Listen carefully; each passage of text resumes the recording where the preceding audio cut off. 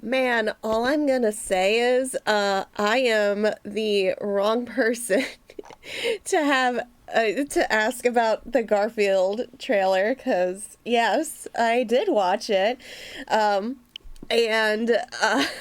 here's the thing: I'm not a Garfield stan. I don't really know the deep Garfield lore like so many other people online do. Um, my only opinion is literally that yeah, why I don't think Chris Pratt should be voicing Garfield, but I don't know how much weight my opinion holds, cuz like I said, I'm not a Garfield stan. No, please don't say Lazar. Oh my gosh, that line is just isn't even Mario, it's just Chris Pratt. So, hi, could we just get like actual voice actors too? I'm not saying you can't be an actor and a voice actor, you definitely can, but I don't really feel like Chris Pratt kind of falls into that. I hear Chris Pratt and I just think Chris Pratt. This voice isn't any different. Otherwise, somebody who proved he could do both, which I wasn't expecting, frickin' Robert Pattinson. I owe you an apology for being very pessimistic, I guess, about you being the voice of the heron in the new Ghibli movie, and I heard your voice in the trailer and I was like, that doesn't even sound like him. What the heck? So like there's somebody who I think could do both, but like Chris Pratt kind of needs to be putting in the effort that Robert Pattinson is clearly putting into this bird, because it's a creepy sounding. I don't even have my censor button working. That's one creepy sounding ass bird. And there's my 2 cents on that. I wouldn't say voicing anybody if his voice works for the character. The problem is I don't think Chris Pratt has the range that other voice, like somebody else could. Like I said, like going back to Robert Pattinson, that whole clip, you need to watch that trailer if you haven't yet, because no matter how that movie turns out, holy heck, I did not recognize the man. I did not recognize him at all. Get Uncle to voice Garfield. I would love if Uncle could voice Garfield, just because Uncle has the Garfield love. Honestly, I'm fine with Samuel Jackson. I think I'm fine with. It's just, again, I don't think Chris Pratt is, I'm not trying to dunk on the guy. It's, voice acting's hard. I just don't think, man, everyone, I hope this isn't a hot take and that the internet isn't gonna cancel me for my voice acting opinions. I just don't think I don't think he's got the range. It just sounds like Chris Pratt. There are times in the Mario movie I feel like he's trying, but then I feel like he slips back into Chris Pratt. It's hard, but I still don't think he's the proper, even then I still don't think he's the proper voice for Garfield. That's just me. Okay, anyway, after that Garfield hot take. Have you ever had a dream that you had, you could, you'll do, you want, you could do so, yeah. You'll do, you could, you want them to do you so much you could do anything? Remember when TTS had less of a hard time saying that phrase? Claire, hi, thank you for the 66 months. Oh my gosh. See, and I can't say anything about Garfield's dad because I don't know the deep Garfield lore. I don't know what he should sound like. But that's more of a role thing. Anyway. God, I know nothing about Garfield. Oh, Claire, I love you and I appreciate you. Thank you. Man, I know, 5 years, it doesn't... I'm getting old. Oh my gosh. I found out through Twitter. I forgot what I was doing on Twitter. I was scrolling through Twitter. No, you. Anyway, yeah, are you sitting in your car and waiting to park in the drive? Like that person parking with the parking job of Texas? I love the fact Nacho responded, which actually got me pretty good. I was telling Claire before. I was like, the Texas comment really got me. Anyway. We are... Hi. I know, we started streaming and we immediately went into a Garfield conversation. I was screaming and I can't even drive. So I feel like my opinion shouldn't be valid again, but like, man, I feel like I could do a better parking job. I can't legally drive, but I wouldn't. I have to add that disclaimer. I wouldn't though. Also, yeah, I know, because it's Monday. They knew what they were doing. But hi. I hope your weekend went well, everybody.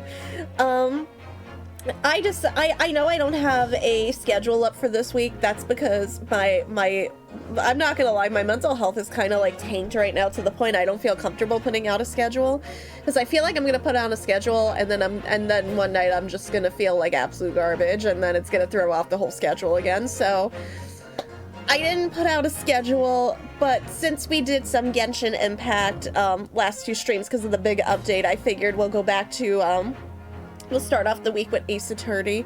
And that's also because I'm still kind of feeling out if we still want to see more Xenoblade 3 and Final Fantasy X too. I don't know if people are really interested in that. But I'm like, I feel like we're, you know, we've been doing Ace Attorney for so long. I'm like, I feel kind of safe with that. But it's just been kind of a bad day, not gonna lie. Like, just overall, I just took a shower and there was a giant bug. I don't know what it was, but it was in the shower, and of course I flipped out because it was coming towards me. I don't know what it was. It was funny how I didn't message Tylenus about it first thing, because I jumped out of the shower, grabbed the nearest towel, was like, I'm not, you know, I'm not gonna lie, I was kind of like half undressed, running up the bathroom door, screaming. And I don't know what happened to the bug. JT went to go take a look and it was gone. But it was huge. It was flying. It went right for me. I don't know what it was. I started crying. I got some, like, a little bit of, like, not bad news, but it was like disappointing news before stream started. I was like, for something I was welcome kind of like, yeah, there we go. That was me. Where did it go? Hi, Nacho. How are you? If they made an Ace Attorney movie, would you be okay with Chris Pratt voicing Kazuma? Nah, probably not. I can't think of a single role, personally. I think he'd be, that would fit him, personally. United Kingdom, here I go. No, I'm not. That's just it. Chris Pratt is Larry Butts? Okay. Actually, funny enough, you know who I want to voice Larry Butts? Matthew Lillard. Because I think if he channeled his live-action Scooby-Doo role, I feel like that'd be really good for Larry Butts, personally. That's just me. I'm not saying that because I do generally love his work. Also one of my favorite horror movie franchises ever. Thank you for the dragon points. But yeah, that I got, you know, on top of I got slammed with the disappointing news beforehand, right before stream, and then the bug in the shower happened, and then just kind of being really hard on myself this past weekend. I wasn't comfortable putting out a schedule, but we will try to do our best this week. Artemis is now shaped like Texas. I don't think Texas is shaped like that. I don't think Texas has an antennae, but unless I need to look at a map again, clearly. But yeah, we're gonna dive right back in. I feel like I've been rambling, but I hope you guys had a good weekend. We're gonna jump back into I don't know how far into case 3 we are. We're kind of a decent way in, but yeah, we're trying to clear Mr. McGilded for murder in a little double-decker coach, which has kind of been proven hard to kind of do right now, but we're trying, needless to say so. Let proceedings be resumed. Yeah, we're like a few hours in. I just can't tell, like, how, like, you know, are we halfway? Are we like a quarter? Like, you know, like that. Mr. McGilded, have you been listening to the discourse of the day? To be sure I have, my lord. There are now 2 matters on which the court desires to hear from you. The first is whether or not there was a third party with you in the omnibus cabin as proposed by the defense. The second is that if such a person was indeed present, why did you conceal that fact from the police? Begod, no. 'Tis not in my nature to hide anything at all. Salami. Just answer the questions, please. The truth of the matter is, I've been desperate about this all along. Do I tell yez all, or keep me mouth shut? Tell us what, Mr. McGilded? The fine fellow represented me is absolutely right. Why is this guy an evil Willy Wonka? You know, I didn't even think about Willy Wonka beforehand, but you know what? I really am now, and I can't unsee it. Where's the Oompa Loompas in this case? In the carriage on the night with myself and the other man, there was another passenger. It's true. Aye, and 'twas me who helped a little urchin get away after it all happened. You... what?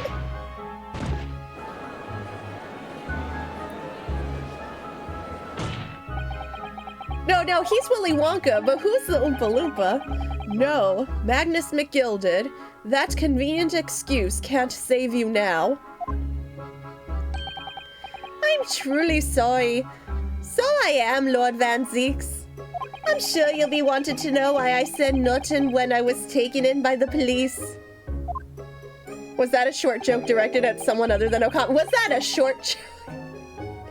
Damn, I'm already being roasted.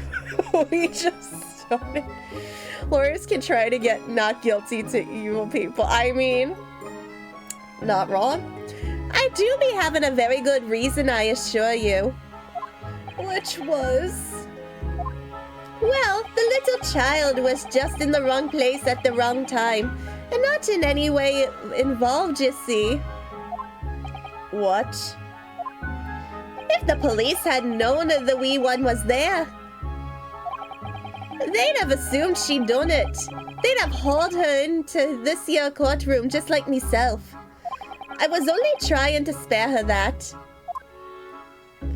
Young hearts and young minds are easily damaged, me lord. And who was this young child of whom you speak? I'm sorry, yes, I am bigger than an Oompa Loompa. Oh gosh, oh my gosh, I'm canonically literally the same height as McGilded, and I'm very upset. Oh no. Yeah, not gonna lie, I'm kind of salty now. Yes, but I am very much not tall enough to be Willy Wonka, but I know very few people who are. That I don't know. You don't know? Aye, well, the wee thing just happened to be in the same carriage that night. I never saw her before or since. Objection! We have absolutely no reason to believe this man. The prosecution calls for the witnesses' statements to be disregarded by the court. You know, I wouldn't be surprised if the urchin isn't here in this courtroom as we speak, listening to the proceedings. What? Was that? Okay. No way that's an actual fire. Somebody set off like a smoke bomb or something. What is going on? Be careful, Mr. Naruhodo. Cover your face. I thought it was at first too, Nacho. It kind of caught me off guard.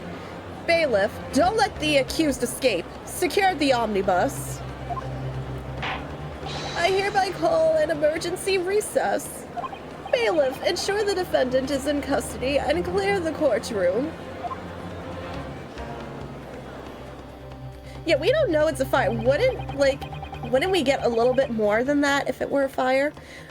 We were hurriedly removed from the smoke-filled courtroom by the bailiff. Amid scenes of chaos as people stumbled over one another in their desperation to flee the chamber, we had no idea what was happening. All we knew was that, for the time being at least, the trial was suspended. You know, for all we know, somebody could have put an easy bake oven on fire. I mean, not on fire. I was trying to say anything else but a fire. Man, that backfired on me. You know, for all we know, somebody could have just burnt something in their easy bake oven. There we go. That wasn't meant to be a fire joke. It could be like, that one episode of The Office, you know which one I'm talking about. We're just pretending fire drill people. We're just adding smoke for the effect. What on earth just happened in there? Mr. Naruhodo, I managed to find out what happened. Miss Susato, I was told it was an advanced form of smoke grenade, I had a feeling. A type of exploding device that releases smoke. A smoke grenade? It sounds like the sort of thing ninjas use. They're just making sure everything is safe now. I think the trial will start again before long. But who would have done something like that? The police managed to catch someone who was trying to flee the courtroom, apparently. Flee the courtroom? Why, weren't we all fleeing? Well, it's a young girl of around 15, I hear. A young girl, then could it be... No. The other passenger. The other passenger that Mr. McGilded was just talking about? Hi, twin. How are you? That moved faster than a person can on stairs. Oh no, it's Texas. Okay, you literally just took Artemis's eyes and slapped it onto Texas with the same, with the same colors. That doesn't count. It is not. I need to save the. Oh my gosh, I'm crying. Nacho, your Texas comment in Discord, I want you to know, it made me cry early. Like, cry tears of actual joy, actually. That was like the one good piece of laughter I have today. Thank you for that.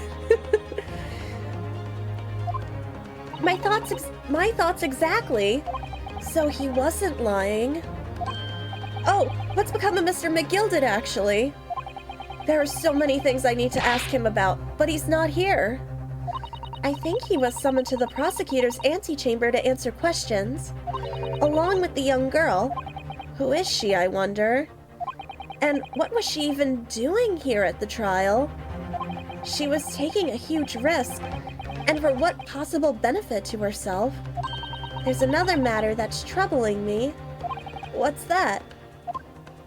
The 20 pence. Oh, according to the coachman, Mr. Beepo, he took 4 passengers that night at a fare of 5 pence each. That comes to a total of 20 pence exactly. But now it seems there were in fact 5 passengers, which means the figures don't seem to add up again. Oh my gosh. She's right. That is strange. Counsel for the defense, kindly proceed into the courtroom. The trial will recommence in 5 minutes. Oh, thank you, officer. We'll go in straight away. Well, whoever she is, I imagine this young girl will be asked to take the stand and testify now. I really can't imagine what she's going to say, but it could alter the whole direction of the trial. We'll know soon enough, Miss Susato. Yes! It's not Maya! Although the judge is Santa, I do agree with that. Man, Santa is now officially on the on season, though, so I'm pretty sure he's taken a break until January from court cases.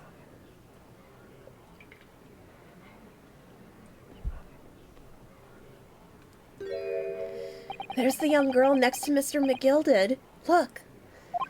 She must have been the one who caused the disturbance before. Well, after that rather eventful recess, the court will now resume the trial of Mr. Magnus McGilded. Now then, Lord Van Zeeks, my lord. I believe you have established the cause of the smoke which veiled proceedings earlier. It seems to have been an advanced form of smoke grenade of the sort typically employed by the army. Good gracious, the army? What in the devil's name? Everything is persona, that is true. At least, you know what? I kind of feel like between me and Tylenos, everything's persona. It was an elaborate attempt by a young girl to cloak her escape from the public gallery, but she was caught. And also JT, and now occupies the stand. Your name, girl. Are you responsible for the smoke grenade which induced such pandemonium here in my courtroom? What is the meaning of this deplorable behavior? Ahem, if I may, my lord. Yes, Mr. McGilded. I think perhaps I ought to explain here. Why is it that this wee lass was here in the first place, and why she tried to bolt like that? 'Tis all tied up with the events of that night, so it is. Very well, Mr. McGilded. Give your testimony. You will explain to the court exactly how this young woman is involved in the case. Just what did happen that night? It's not like a defense lawyer needs that information or anything. It would have been nice if we had this before the trial. On the night in question, I took the back seat in the omnibus and promptly nodded off. Then, begorra, a loud thud and a wee scream woke me up with a fair start. There was a fella collapsed on the floor at me feet, so I sat him up on the seat across from me. Then I turned to find out where that scream had come from, and bless my soul, what did I find? There was a child in there, all curled up in a ball, hiding her wee self away.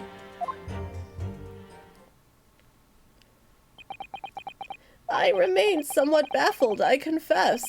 But from what I gather on the night in question, this young girl was indeed riding in the omnibus. Is that correct? 'Tis exactly as the defense counsel said. This lass was the 5th passenger, me lord.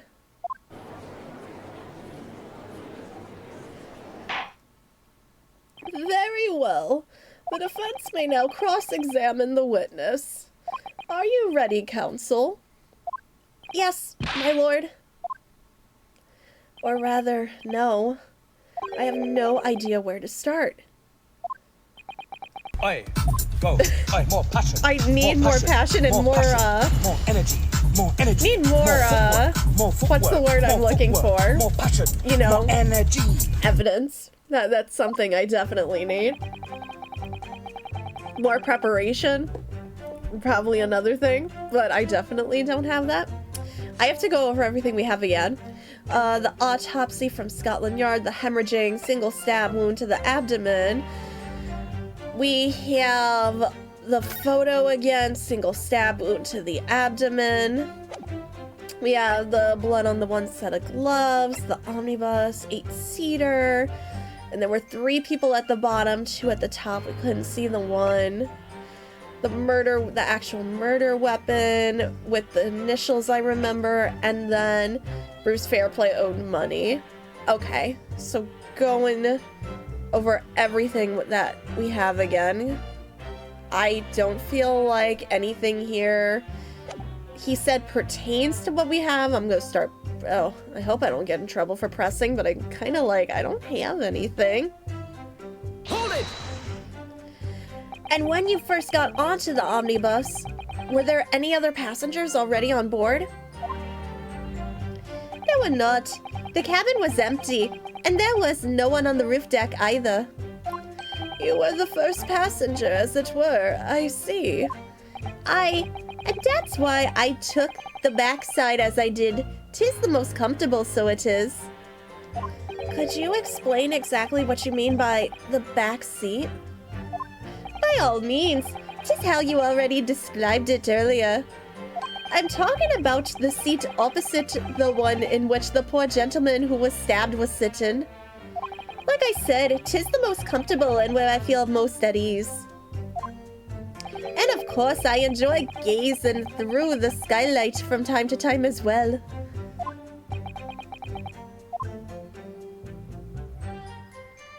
The loud thud, there was the scream. Hold it! A loud thud, you say? And a scream? Aye, that's right. How can I explain it? 'Twas like the sound of someone falling to the ground. That sort of noise. So, you think it was the sound of Mr. Mason falling to the floor having been stabbed? Well now, you'll remember I was asleep at the time, so I wouldn't like to say. And when the sound woke me, I opened me eyes. There wasn't a soul to be seen in the carriage but the fella on the floor. You didn't see anyone, but at the same moment, you did hear a scream? From the seats above you on the roof deck, I presume. Not above me, no, me lord. 'Twas from inside the cabin. But I wasn't altogether thinking about the scream. No, I was too stunned by the desperate sight before me eyes. Overruled. I can't, sorry. I can't find an overrule from a mod. Does he have my Lucky Charms? No, that's me. I stole everybody's Lucky Charms. Welcome to Barnes and How do you think I fuel my sugar? Where did it go? There was a fella collapsed on the floor at me feet, so I sat up. Okay, gotta press that again. Hold it! Not again, but first time. You sat him up? The victim, you mean? That I did, on the seat across from me. As I said, I could plainly see the poor devil was already gone. And you wouldn't leave a dead man just lying on the floor now, would you? 'Tis common courtesy, so it is. I mean, I wouldn't want to mess with a dead body because the police are gonna blame me. I find that a little hard to believe. Honor, Lord Van Seeks. Now why would that be? You wake to find a young man lying dead at your feet in a carriage. Any normal person would hail the cabman. Any upstanding member of London society, that is. Well now, as you know, I'm in something of a special line of business. We have no sponsorships currently, and definitely not Lucky Charms. Although, if people want to send me Lucky Charms, by all means. I mean, that's like breakfast, lunch, and dinner for me for like a couple of days. The business of lending money at exorbitant rates of interest.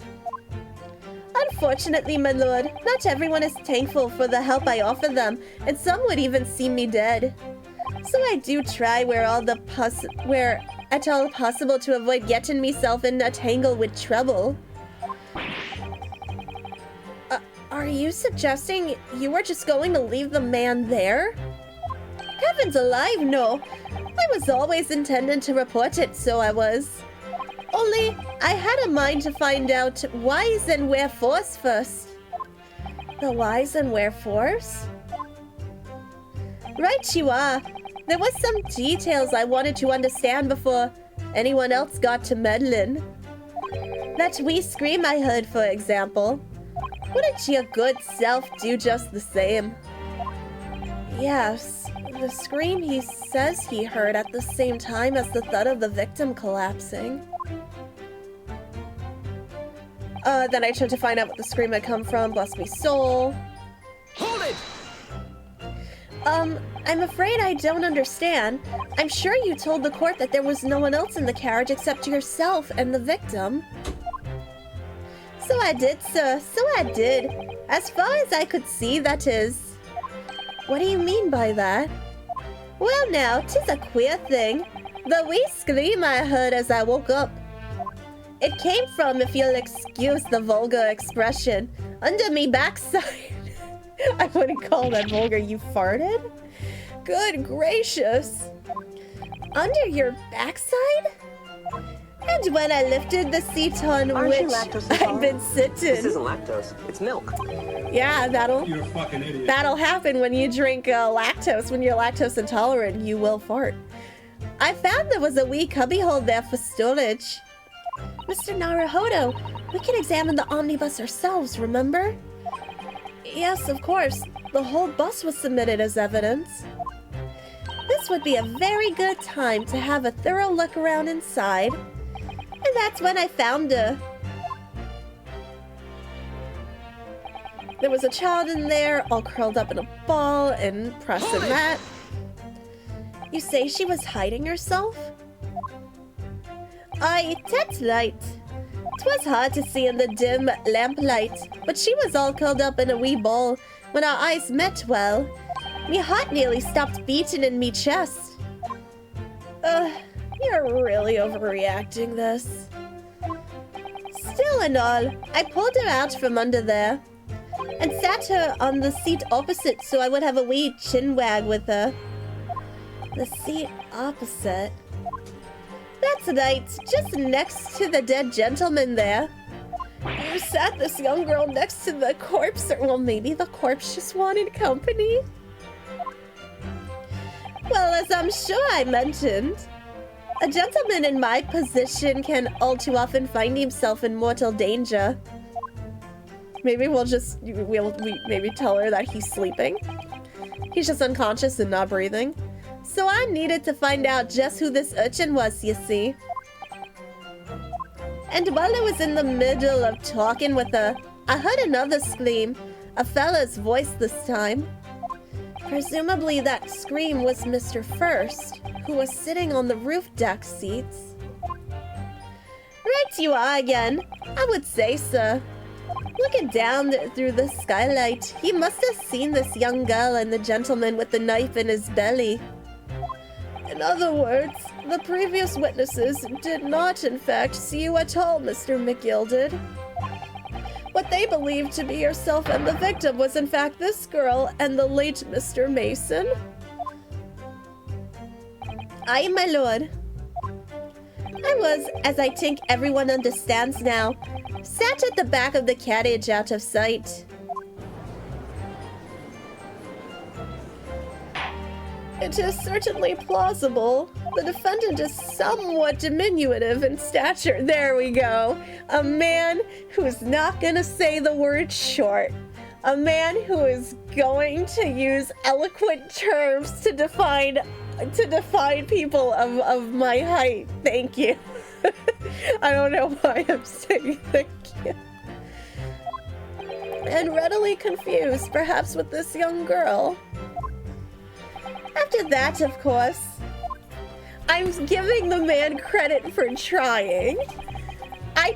Personally, I prefer to be called travel-sized or pocket-sized, like pocket sand, but with the scream from the gentleman over us, the driver realized something was wrong and pulled up the horses. Thank you, I've heard enough. The events as explained are clear in my mind. Fun size. There we go. Yeah, you're right, twin. I like fun size. However, at least one conundrum remains. Who is the girl? Her name is Gina Lestrade, my lord. She's a chancer. Earns her crust among large crowds, relieving people of their purses. What's commonly called a pickpocket. What? This girl here? A petty thief? Order! Is this true, Miss Lestrade? Miss Lestrade, you will answer the question. Is she allowed to do that to the judge? I feel like that's... what is that? What is the pink purple cloud of smoke? I'm a little... Is it like foggy purple Kool-Aid? I'm fine with Minnie. Minnie's cute, so I'm fine. Hi, also Minnie Kit Marathon. I'm fine with Minnie. And also I do adore Minish Capling. As somebody who still stands by the fact Minish Cap is so underrated. How dare you? What is the meaning of this? I wish I understood the Sherlock references. I need to, like, actually get into Sherlock. The girl, she's gone. Open your eyes. Oh, she's still there. I'm over here. Good gracious, how? What was the point in that little sidestep? I know what you lot's thinking. Grown-ups are all the same. This dirty little dipper, you'll say, slipped up and got caught on the job. She got herself backed into a corner, so she knifed the gent. Go on. That's what's in your heads, ain't it? No, not at all. Oh, it's a Cockney accent. I can't do a Cockney accent to save my life. I really can't. It's not happening.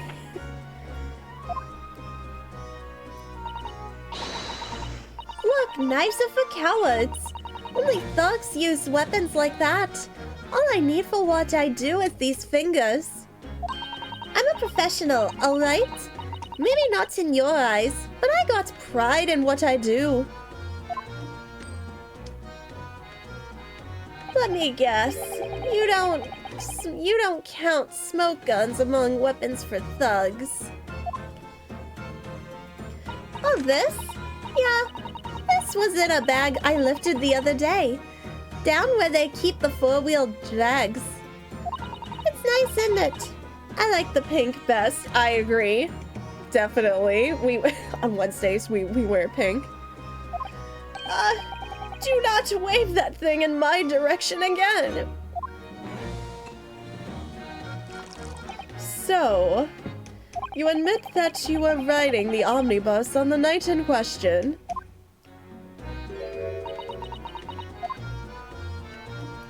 Tis all right, lass. You can tell him the truth now. Alright, yeah. It's just like the Irishman said. The court accepts this girl, Miss Gina Lestrade, as a valid and significant witness in this case. Accordingly, young lady, we will now hear your testimony, if you please. You will tell the court exactly what happened in the omnibus on the night in question.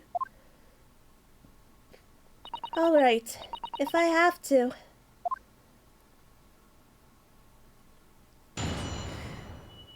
I have seen the Mean Girls Walmart ads, and I hate... Gosh, I really don't like Walmart. But, like, damn, damn, the ads are really good. I don't trust the green. It looks like fart steak. Thankfully, it was more purple. I don't know if she could change the colors, otherwise, oh no, I hope they're not scented. At least the purple, I imagine, would be a pleasant scent, like grape. So I snuck inside the carriage before they hooked up the horses, just like always. But I was a right old waste of time. I got nothing to show for me troubles that night. I'll tell ya, you can't see a blind thing in that hiding place. It's pitch in there. Then after a while, I heard this loud bang. Nearly jumped out of me skin, I did. And the scream just came out. It's because of that. This swell found me. He did help me get away, mind. Yes, he let you go. I do like her design. I will say, I will say, Shad, I do like her design. I don't know what it is, but I really like her outfit. Lestrade is the gumshoe to Sherlock in the Sherlock verse. I love it, the Sherlock verse. I love it. I fail to understand why you would let this street urchin go, Mr. McGill did. Oh, 'tis simplicity itself, me lord. You see, she couldn't possibly have killed the other passenger. I knew that for a fact. How? As I'm sure I said before, sir.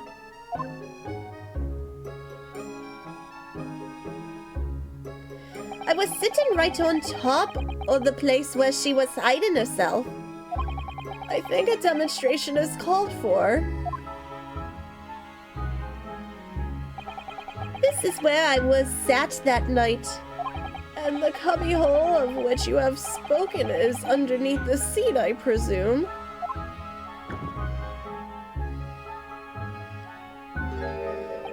Yes, it does appear just large enough to accommodate someone of the girl's stature. Wait, you could have actually found the cubbyhole earlier if you checked the seat. Oh my gosh, that is so clever. I love that. Dang it, I missed it though. Aye, but of course, the wee lass was stuck in there. Because I parked myself on the seat for the duration. So you see, that's why I let the lass bolt. I knew that if the police found her there, they'd automatically assume she'd done it. But I couldn't live with myself if a young life was ruined when all the time I knew she was innocent. Even though you must have realized your actions would result in your own innocence being called into question. Not at all, my lord, not at all. I knew it in my own heart that I was innocent. So I thought it was worth taking a punt on my own good name for the sake of this less fortunate lass. Is he... I don't know, part of me is really not buying it, only because this is a guy that's kind of like a loan shark. So I don't trust anyone like that who literally just... I literally don't trust someone like that personally. I had a sippy. My goodness. What a perfect gentleman. My lord, this fine example of a man cannot possibly be guilty of a heinous crime like this. I'm ashamed of myself for ever doubting you, sir.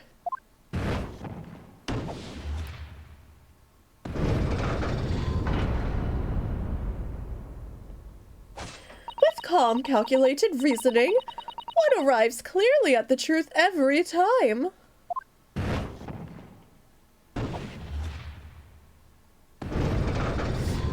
Sharks the animal are misunderstood. Loan sharks completely different. Saints alive! All 6 members of the jury consensual in their leading to a verdict of not guilty. No, it's not that easy.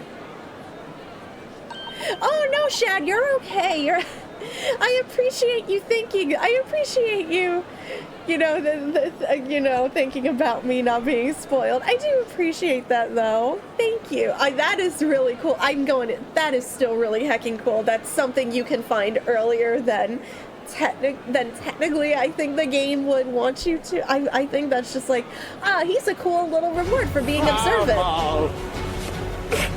It's a 9th level, not guilty. Mr. Naruhodo, it must mean what? That we're victorious. We've won? Are you sure? Nah, Objection. ain't that easy. If the sight of my iron-heeled Wellington offends, pray do forgive the discourtesy. I just love... This is not a High School Musical. Get your Wellington shoes off the desk, please, sir. This really is a consummate example of the one monumental flaw in British judicial practices, where evidence and reasoning should be paramount. Emotion rules the day. Emotion? The witness's last statement gives us a clear insight into his true nature. What do you mean, his true nature? Do you really think Scotland Yard would have made such a glaring omission? After the incident, the omnibus was comprehensively searched by officers of the police. Obviously, the interior of this cubbyhole, as the witness put it, was included in their investigation. The compartment under the posterior seat was full of the coachman's belongings. It's noted in black and white here in the police report. Good lord! The evidence has been tampered with. In order to corroborate Mr. McGilded's... Potential Mr. chaos Mc... says, Bleh. we're all in this together and it shows when we stand hand in hand make our dreams. We're all in this together. Thank you for the Benny's chaos. We're all stars and we say that we're all in... Okay, I'm gonna get in trouble. Not the gay vampire prosecutor showing the lookie. Oh no, not the legs, please. At least we're not seeing any bare skin. Good lord. Jumping Jehoshaphat is still the best surprise judge exclamation. I know, that's a pretty good one. Oh gosh. In order to corroborate Mr. McGill's story, someone has unlawfully removed everything from under the seat. What?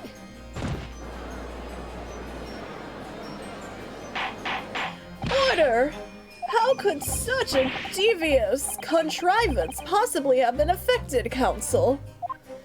Naturally, we must acknowledge the deficiencies of the constabulary in allowing this to have happened. However, I assure you, when the omnibus was wheeled into the courtroom this morning, the compartment under the seat was not empty. Well, my Nippon's friend? Me?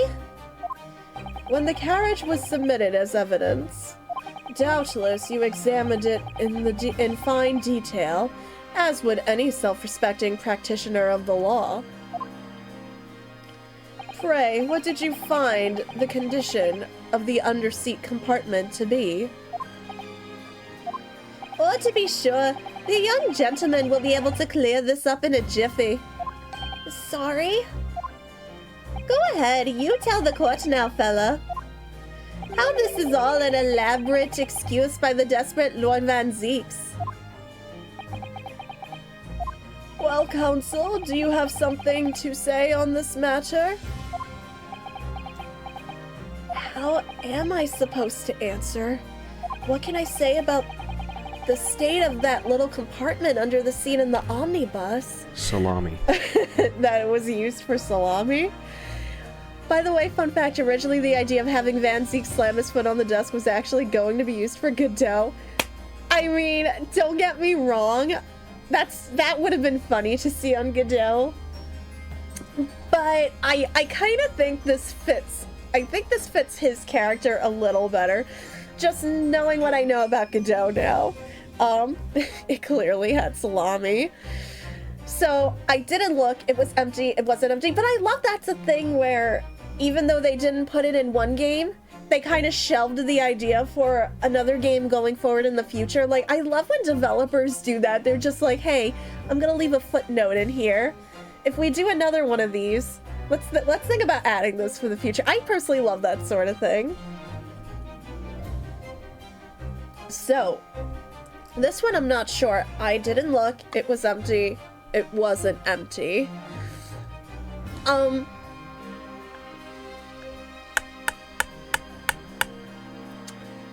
The thing is, I'm afraid to answer this correctly.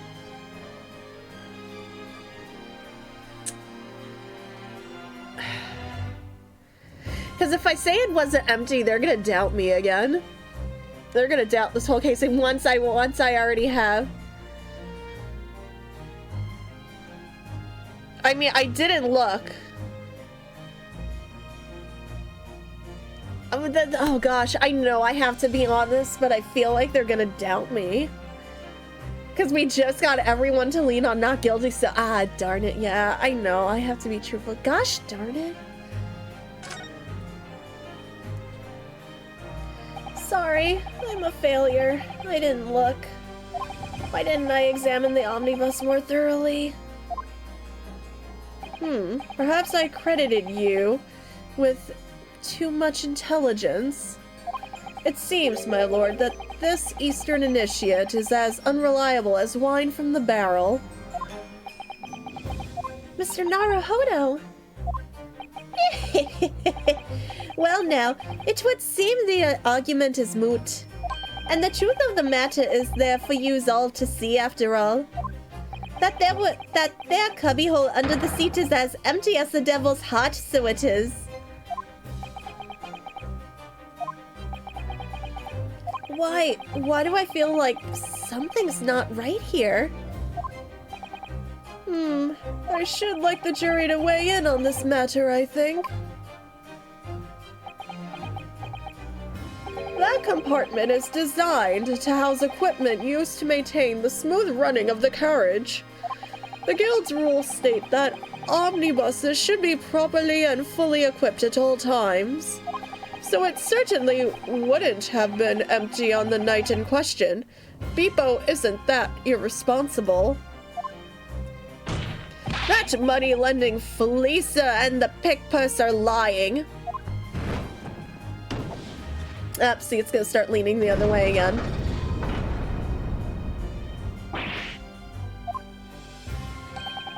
I can't believe I was nearly taken in. The stinking rich are always stinkers. Nothing but cowards, the lot of them. What? Oh no. It's a trick. Of course it's a trick.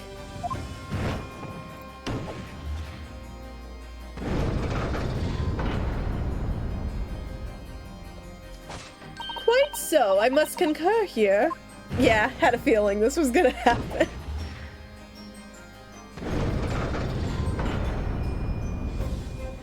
With calm, calculated reasoning, one arrives clearly at the truth every time. Yes, but every time a different truth, it seems.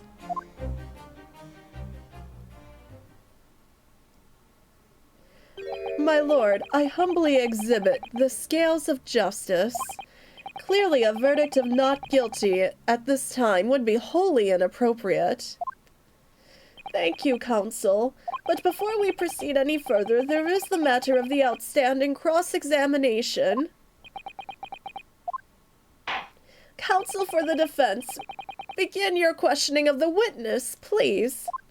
Yes, my lord. What just happened? The whole balance of the trial just shifted almost beyond recognition. The Reaper of the Bailey is at work, it would seem. I want to see Godot and Van Zeeks go ahead in a courtroom, wine and coffee everywhere. That actually sounds really delicious. As somebody who drinks both coffee, not red wine, I don't like red wine, but I do like white wine. That would be like perfect for me personally. So, Hold it! oh, start pressing because I have no idea. So, you were already in the omnibus before it even set off on its run? Well, yeah. I mean, what's the point of spending a joey to make a few bob, eh? That's a rum idea, isn't it? I suppose she means there's no point spending money to make money. It actually makes sense. Counsel, may I remind you that this girl is a petty thief. Kindly refrain from entertaining her tenant. Okay, Judge, you're being really harsh. Don't you think for especially someone of her age, if she's pickpocketing, there's probably a reason for that, unfortunately. Like, stop being so judgmental. Stop being a boomer. I'm sorry. Well, that does clear up the little mystery of the fares and all. 4 paying passengers at 5 pence apiece, making the 20 to which the cabman testified. And 1 little scapegrace riding for free. The red conch of a driver always goes for some grub before its last run, see?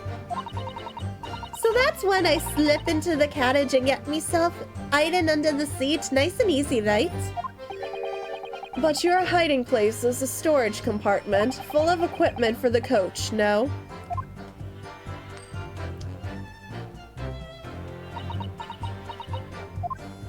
Yeah, There's brushes and buckets and whatnot in there, sure. I always chuck all that out and cram it in a corner somewhere. No one ever seems to bother much. And yet, according to the report filed by the police officer who first arrived at the scene, the compartment was full of such paraphernalia. Well, I don't know nothing about that. Like I said, I moved all that stuff so I could hide under the seat. That's all I can tell you. It seems we've reached the end of the line of inquiry. Continue. I know, different time period. I know, but it's still, I can't imagine people back then, like, you know, if a kid is stealing, they're probably hungry. They probably maybe not have a family. Like, oh gosh, maybe I'm too ahead of my, clearly I'm too ahead of my time. The judge is a century too old. That hasn't been proven yet. I want to see his birth certificate. It was a right old waste of time. I got nothing to show for me troubles that night. Hold it! A waste of time? Why is that? Well, most nights I'm on me own in the God permit at least some of the time. I beg your pardon. Did you say God permit? Oh yeah, well that's what my kind call it. You'd say the omnibus, I suppose. The point is, any normal run, the carriage ain't got no one in it for a while. And that's when you come out of your hiding place and get away. That's it, only that night. This cove was sat on me seat from the start. And he didn't budge throw away, did he? No, not 1 inch. I was totally stuck. Do you mean to tell us that you were present in the carriage for the duration? You were under the seat the entire time, while events unfolded in the enclosed cabin? Yeah. Right, mister. To be sure. I was as shocked as anyone. You didn't expect to lift the cushion you've been sat on and find a child now, do you? So this Miss Lestrade couldn't possibly be the culprit, then. You can't see a blind thing in that hiding place. It's pitch in there. Hold it! So you couldn't see out into the cabin at all? Not a jot. Most days, I push the cushion up with me Ed and look out the crack. Then I could have a butcher's at who I'm gonna fiddle. I thought you were a pickpocket, not a butcher. I mean, I can have a look. The seat I get under ain't as plush as the other ones see. So most of the time, the passengers plant themselves opposite. But for some reason that night, this here Irishman spent the whole journey right over me head. And for that reason, you weren't able to push the cushion up to peek out. I see. Truth is, I ain't too happy in small dark places. Feels too much like being thrown in the clink. But it's the only place to hide in them carriages. So it's Obson's choice. Why doesn't she just stick to picking people's pockets in the open then? I'd say there's some reason that she's not letting on, judging from her demeanor. So anyways, I was a bit scared, but I had to just stick it out under there. Nothing else for it. Then after a while, the loud bang. Hold it!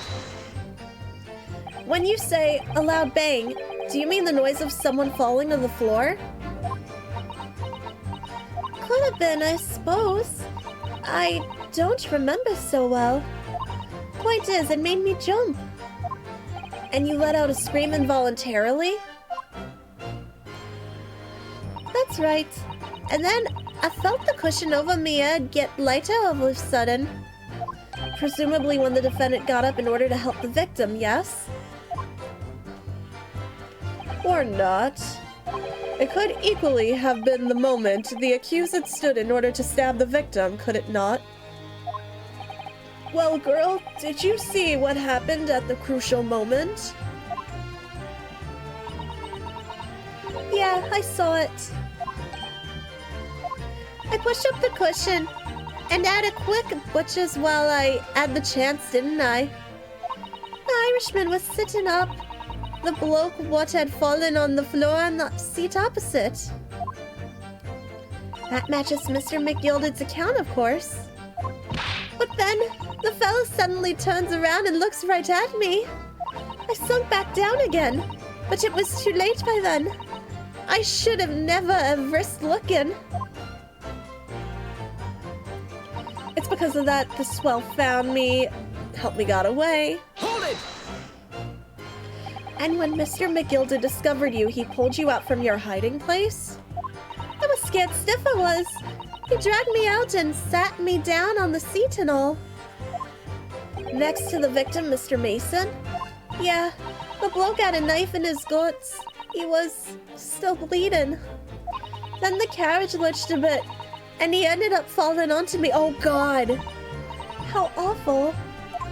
Both me and got covered in blood.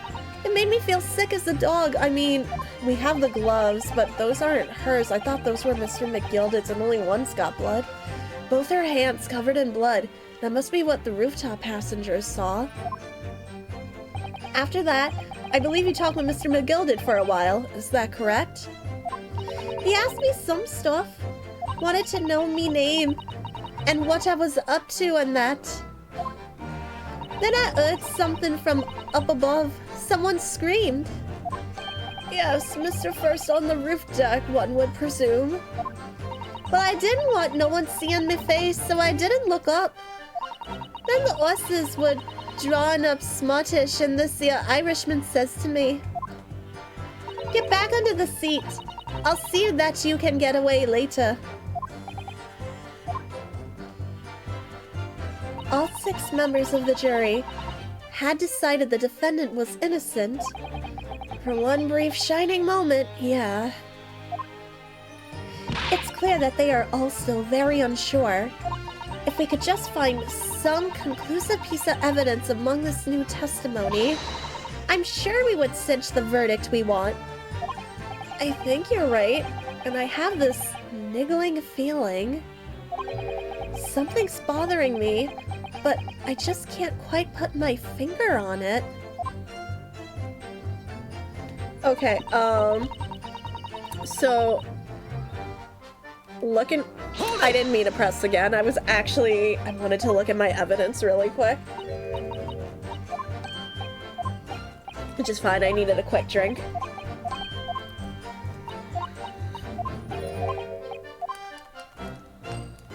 And nobody was acting like, I didn't catch anything suspicious.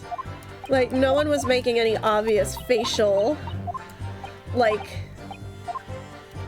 I wasn't getting anything out of either of them. So, we got, I don't know, am I supposed to present the gloves to what she said earlier?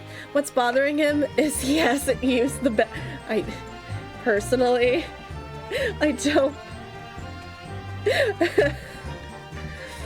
personally, I don't think that's it. Also, I'm thinking, maybe I missed something. I don't know.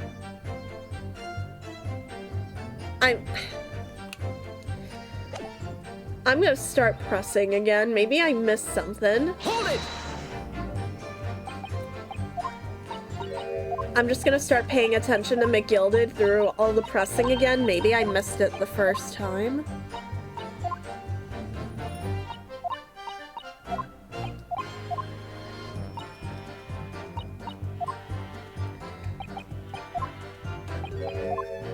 Okay, so first and second statement, don't notice anything. Third. Hold it!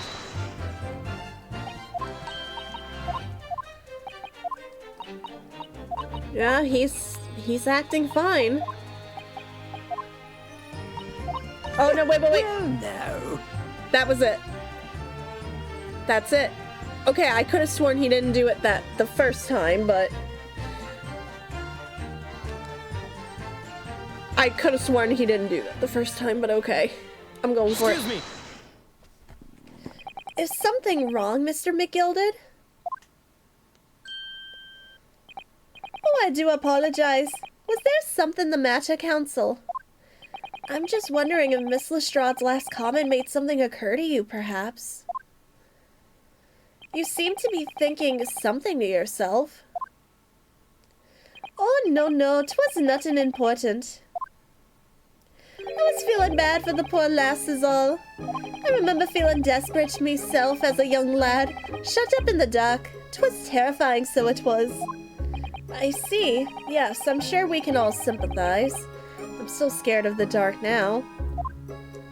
Oi, and I don't know about yourself, but I find that the darkness seems to make everything you hear seem that much louder as well.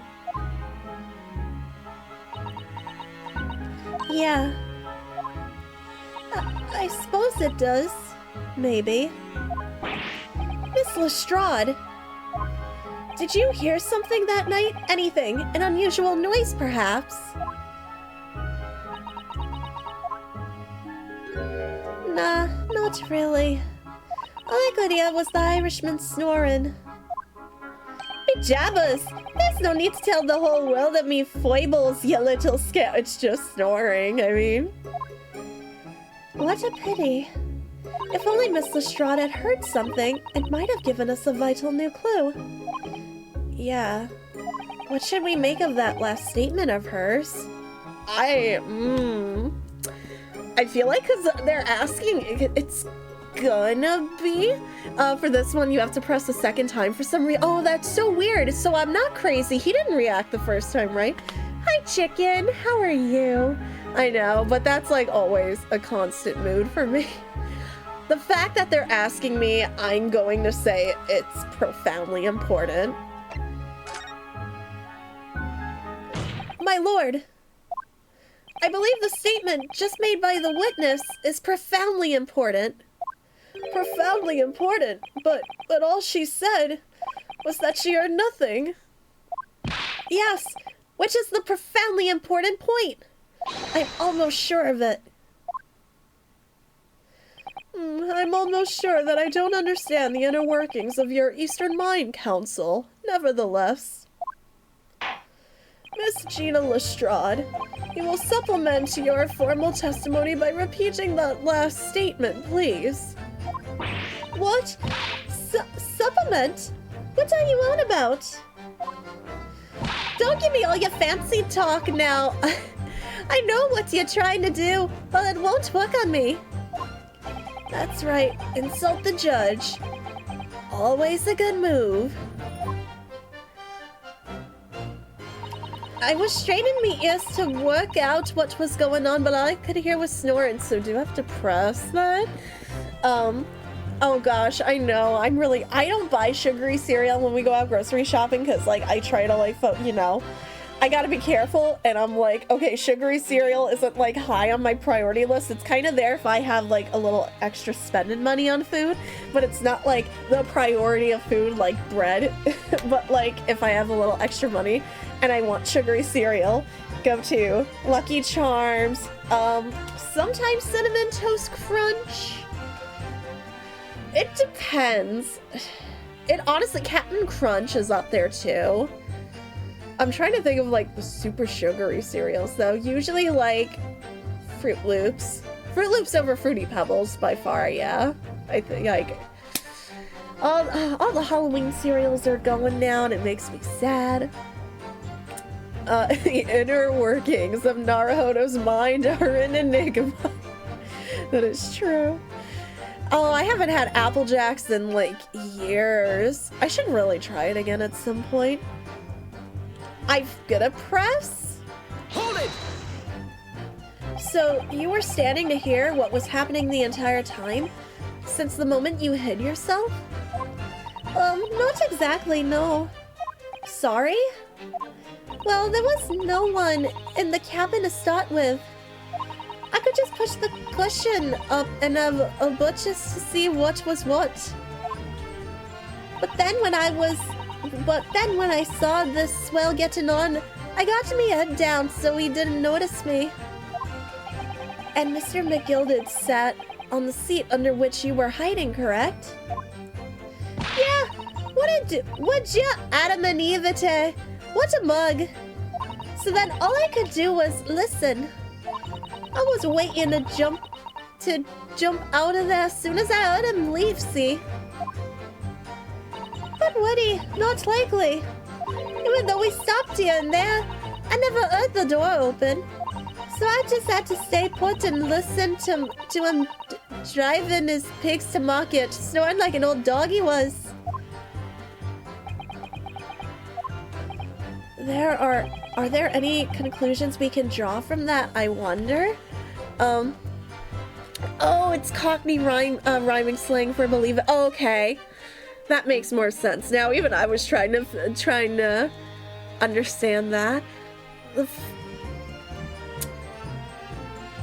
Either it makes sense or if it doesn't make sense, because if it makes sense, if she heard nothing but snoring, it wouldn't add up, right? Am I overthinking this? I was partial to Frosted Flakes. I freaking love Frosted Flakes as a kid. And they don't make them anymore. And I really wish they did, but back in the day when Cheerios did the yogurt flavors, oh gosh, that slapped so hard. I loved that cereal so much.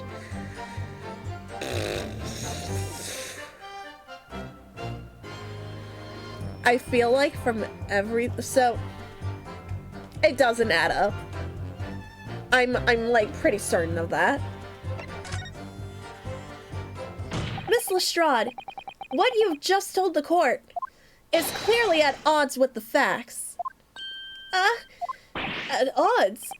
Are you sure, man? Absolutely. It seems my learned Nipponese friend is not as dull-witted as I feared. So Van Seeks realized it too. Counsel, I must insist that you bolster your claim with the evidence or some complicit party's name at the very least. Yes, my lord. I expect you to demonstrate this alleged contradiction to the court. According to Miss Lestrade, whilst she was hiding in the omnibus that night, she heard nothing but the sound of Mr. McGilded snoring. But think, Ryunosuke, think. There's something else she should have heard. A piece of evidence, a person, not forget it. I don't have a piece of evidence. I'm pretty sure it's gotta be a person. Because I don't have a piece of evidence that's gonna make noise. I don't have a parrot. Very well, my lord. Allow me to elaborate. On a particular sound that Miss Lestrade could not have failed to hear on the night in question. The sound very clearly explained by the... Okay, so we're gonna have to go through everything again and see what people said. The Cinnamon Toast Crunch was always your favorite. I'll still seek it out from time to time. You want to know what I really like from Cinnamon Toast Crunch? I like the churros they do now. I really like those. I don't know what it is. It's particularly when you're done with the cereal and the milk is left at the end. It's like a cinnamon milk flavor. I really do like that. And some even more modern Cockney rhyming slang drops the second part meaning Adam means believe and apples mean stairs. See, that's interesting. I am learning a lot about... I didn't even know Cockney had like rhyming slang.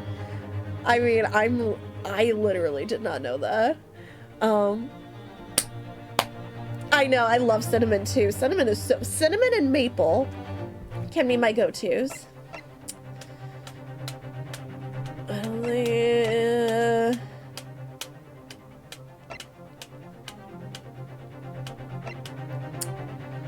I don't know.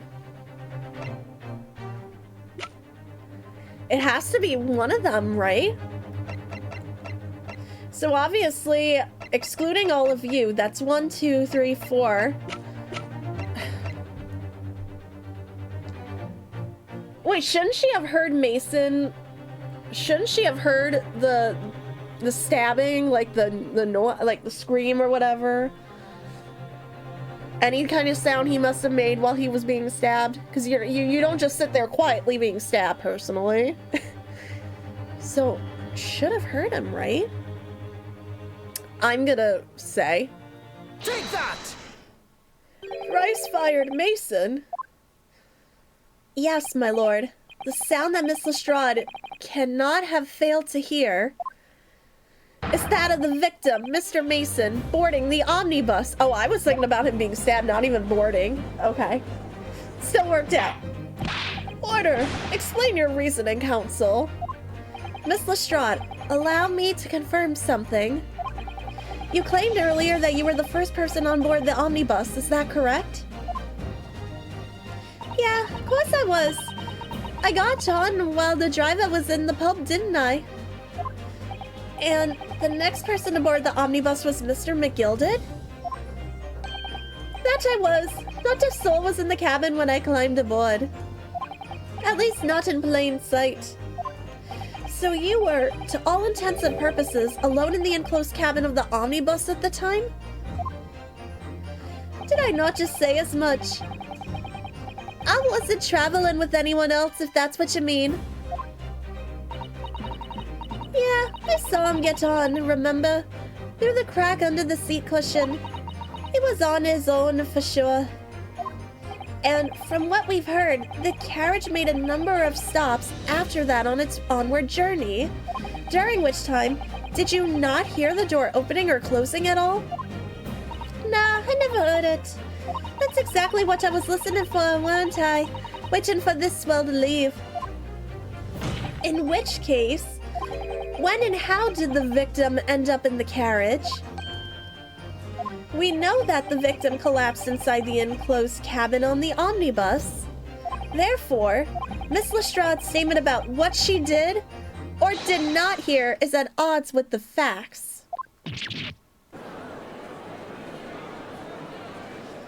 Yes, this petty thief's statement was clearly flawed. Lord Van Zeeks. Yes, he knew. He knew all too well that there was an inconsistency in Miss Lestrade's statement.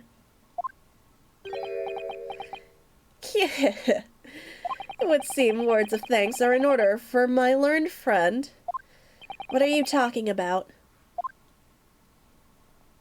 You have demonstrated matters impeccably.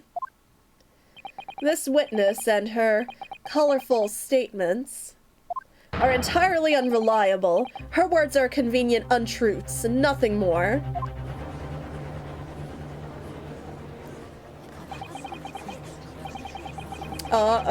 Here we go. Maple is so good. I love Maple. Oh, looking up Cockney rhyming slang later. It's gonna be interesting going back, like when looking at the video and being like, oh, that's what she meant. It's gonna be interesting. On a related note, my regular coffee shop has a maple latte. Oh my gosh, that sounds amazing. Half calf for basically everything would make, oh my gosh, that does sound amazing. Half calf would probably be good for me too. That sounds so good. She didn't even say anything. I didn't want to judge the dear little mite just because she has some rather naughty ways. But I must say, I can't abide liars. Neither can I. Mr. Foreman, I didn't want to judge the girl just because she has some less than salubrious ways, but I must say, I cannot abide liars.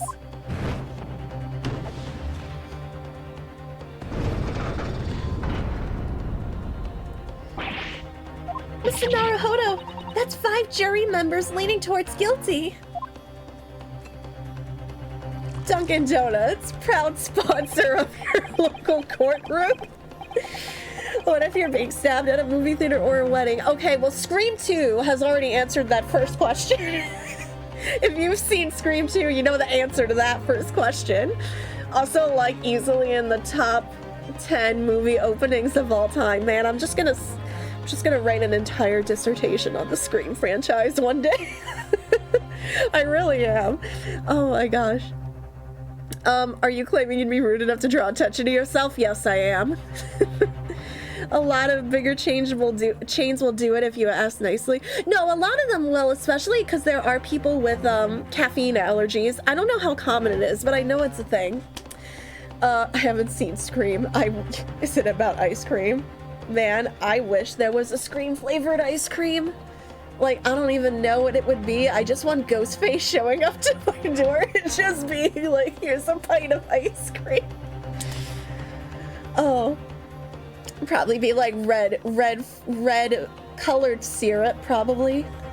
Well, your consideration for others is refreshing, my Nipponese friend. To the considerable troubles you have spared me. I would love to make hot cocoa. I don't know if I have any, though. I don't think I do. I think I'm all out. Yes, very refreshing. I was on a hot cocoa kick while I couldn't have hot coffee because of my colon. So that's why I'm pretty sure I'm all out of it. But on the plus side, I can drink hot coffee again without my colon screaming at me. No, my GI doctor does not know why. Neither of us can understand why it suddenly became a trigger. It wasn't a trigger food, became a trigger food, and is suddenly not a trigger food anymore. We have just given up on trying to figure it out. What are you playing at? Have you forgotten who you're working for, you useless Eastern Amadan? This is carnage. It's perfect. Juror number 2 is the only one left. Mr. Naruhodo, the way this is going, I know if we can't find some way to convince everyone of Mr. McGill's innocence, the judge will rule and will have lost. I very much wanted to believe the words of one of London's most respected gentlemen, but those of us in service know we must accept hard truths. We're dead. Hold it! Oh!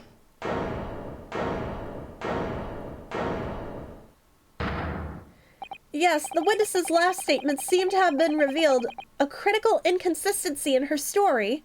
However, if we consider the possibility that her statement is in fact the truth, it may shed an entirely new light on this whole case. What are you saying? Counsel! I'm sorry, sir? Whatever do you mean? Counsel, I will not tolerate you attempting to prorogue my adjudication. Explain yourself at once. When the accused boarded the omnibus on the night in question, the victim was nowhere to be seen. Subsequently, the carriage door was not heard opening a single time, as testified by the witness in the stand. And yet the victim's body was found inside the carriage. If this petty thief's words are to be believed, how do you explain the victim's miraculous appearance inside the cabin of the omnibus?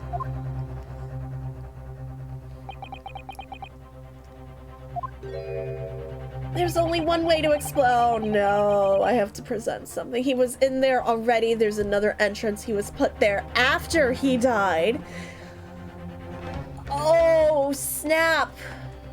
Okay, but if he was put there after he died, wouldn't obviously somebody, I mean, Beepo would have seen it. The two on the roof would have seen it. The wonderful thing about Tigger's. The Tigger's a wonderful thing. Oh gosh, why are you doing this to me? The bouncy, bouncy, bouncy, bouncy, fun, fun, fun, fun, fun. I'm the only one. So it can't be he was put there. I don't think it could be he was put there after he died, which means he was already in there, or there's another entrance. Which I think either could... it could be either. We don't have steak. That was the first case. Man, that steak is no good no more. That was like months ago in game time. That steak is going to give somebody like really bad food poisoning. Okay, here's the thing. I have a 50-50 shot here. He was already in there. I don't think he could have been already in there, though, because... But if there was another entrance that actually would explain why she didn't hear it, that would explain it. Maybe that was a different entrance. Maybe that was really quiet. Might be that, actually. Hi, Zeno. How are you? I think that might be it, actually. I think my brain might have just put the 2 and 2 together. There has to be another entrance. Maybe it's just a quiet entrance, but that would explain it. I don't think he could have been already in there. You would have had to move that whole body. I think you would have been noticed. I think I'm going with my gut on this one.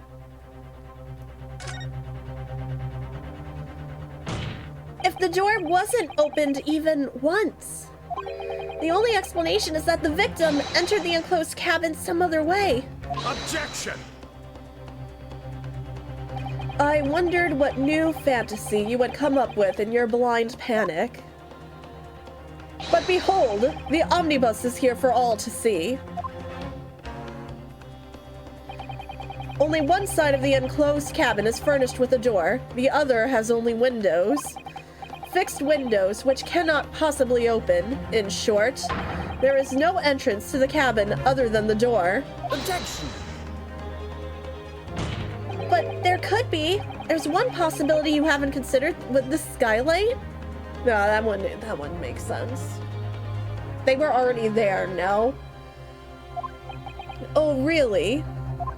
Yes, one other way inside that isn't the door. Another opening, the use of which allowed the victim to appear inside the enclosed cabin. All right, counsel. The defense will identify the location for the court. Here is the omnibus on which the incident occurred. The skylight is literally the only other thing I can think of. But how could that be? I'm thinking way too hard about this. Everyone go suck an egg. I love you all. That's because that's what Ilya would tell me to do. I've never seen Code Lyoko, I will fully admit. I accept it, Tylenos. This one's throwing me. Because the skylight's the only other entrance. I don't think there's one. I don't think. That's literally the only thing I know. What if you try examining the skylight by looking at the evidence? Can I? I'm sorry. I'm sorry. It's so much anime. It's so hard. It's hard, especially with new anime too. And I'm trying to... I can't keep up anymore. It's so hard. Oh gosh. I'm waiting for the new Spice and Wolf. I know, and especially with certain anime that have like oh gosh, I'm trying to think of like super long anime, like not even super long, there's longer anime, but like think original Sailor Moon, FMA, obviously DBZ. Like man, so many anime, it's just like, I don't even watch Bleach, I just know Bleach has like, was mega long, so is One Piece. What do you mean it's French? I'm confused. I'm looking forward to hearing what Kevin Penkin does with the new Spice and Wolf soundtrack. I'm really just looking forward to the day that comes out. I'm going to be absolute. And then it doesn't help I go back. It doesn't help I go back to rewatch old anime that I love. I didn't know. I swear to you all, I didn't know. This is the first time learning of this. This is the only thing. Legit, I can't. There's no other way this body could have slid in here. Take that! The answer is obvious. It can only have been the skylight. I say, the skylight. I get Ladybug. Objection. Like, I knew Ladybug was, I forget, is Ladybug French? I think it is. I'm not a Miraculous Ladybug person. I've just seen a ton of videos about Miraculous Ladybug because I don't think I could handle love triangles being such a huge part of the show. Or love squares. I don't care what shape they're in. But I hate love triangles or love squares. I hate it all. Just make the characters poly at that point. I find them to be insufferably infuriating. I hate it because then people get into ship wars and I can't handle it. Your ludicrous proposal almost has me lost for words, however. Objection! The skylight may well be large enough for someone to pass through. Objection! I had one of my best friend years and years ago. She loved Italia. I never got into it. But it was when that show was big and she would talk to me about it all the time and I'd be so confused. Oh gosh. You don't like Ladybug either. I find the writing quite bad. The main character's an awful person. Are we talking about Are we talking about I can't remember their names right now. Are we talking about Ladybug or the other one? I can't even remember their names. I'm so terrible. I watched, I think it was Negative Legend. I think it was their videos on Miraculous Ladybug, and I'm just like, yeah, no, I can't stand trial. I'm like, man, as soon as you mention that, I'm done. The last time I got into anything with like a love triangle or square was like One Tree Hill, and I'm like so totally done with that phase of my life. I was never into Twilight, so that doesn't count. I was just in there for the hot mess of a ride, to be honest. Well, I mean, right now, Van Zeek's, his design is cool, but man, his attitude needs some work. I'm hoping he gets a lot of good character development. Yes, Marionette, I can't remember their names. I honestly can't. And I can't say anything for the writing, because I haven't, like, sat through the show. I've just watched, like, maybe one or two people's videos on it, and it's just, again, it's the whole love triangle thing. That's literally my main reason for avoiding it. I can't stand it. I mean, who watches Miraculous for the romance? Well, that's what I assumed was the main hook of the show. That's what I could be wholly wrong. It's not like I know anything, but that's what I had assumed, like, years ago. You sat through it when Bluey was done. I mean, I'm really excited. Bluey's gonna have, like, 24-minute episodes. I'm just, like, so hyped for that going, you know? Watch it for the magical girl. Okay, yeah, that too. That too. I do love magical girls, don't get me wrong, but everything else kind of killed it for me.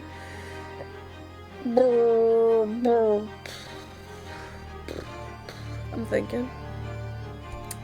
Anyway. So you claim. But do you have a shred of evidence to support your addle-brained theory? I was thinking about the skylight. I'm sorry, I'm so hyper-fixated on the skylight right now. Both Mr. McGilded and Miss Lestrade said the same in their testimonies. They each claimed to have heard a loud thud, such as the noise made by someone falling to the floor.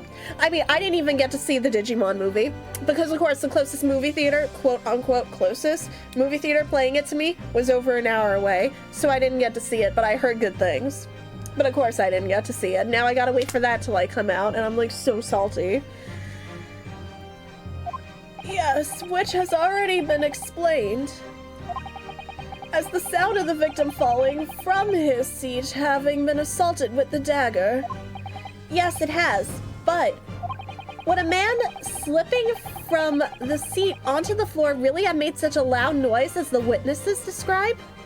A noise loud enough to cause Miss Lestrade to let out an involuntary cry. In fact, you mean the Angela Anaconda movie? No, you know what? I give you permission to unsub. I don't like for this hot take coming at you right now. I don't. Angela Anaconda. It's pretty overrated. That would have been funny if they slid that into the movie. I would have, like, cried laughing. You like Miraculous, but I'm just tired of the stupid reveal being psyched out all the time, hence why I like the movie better.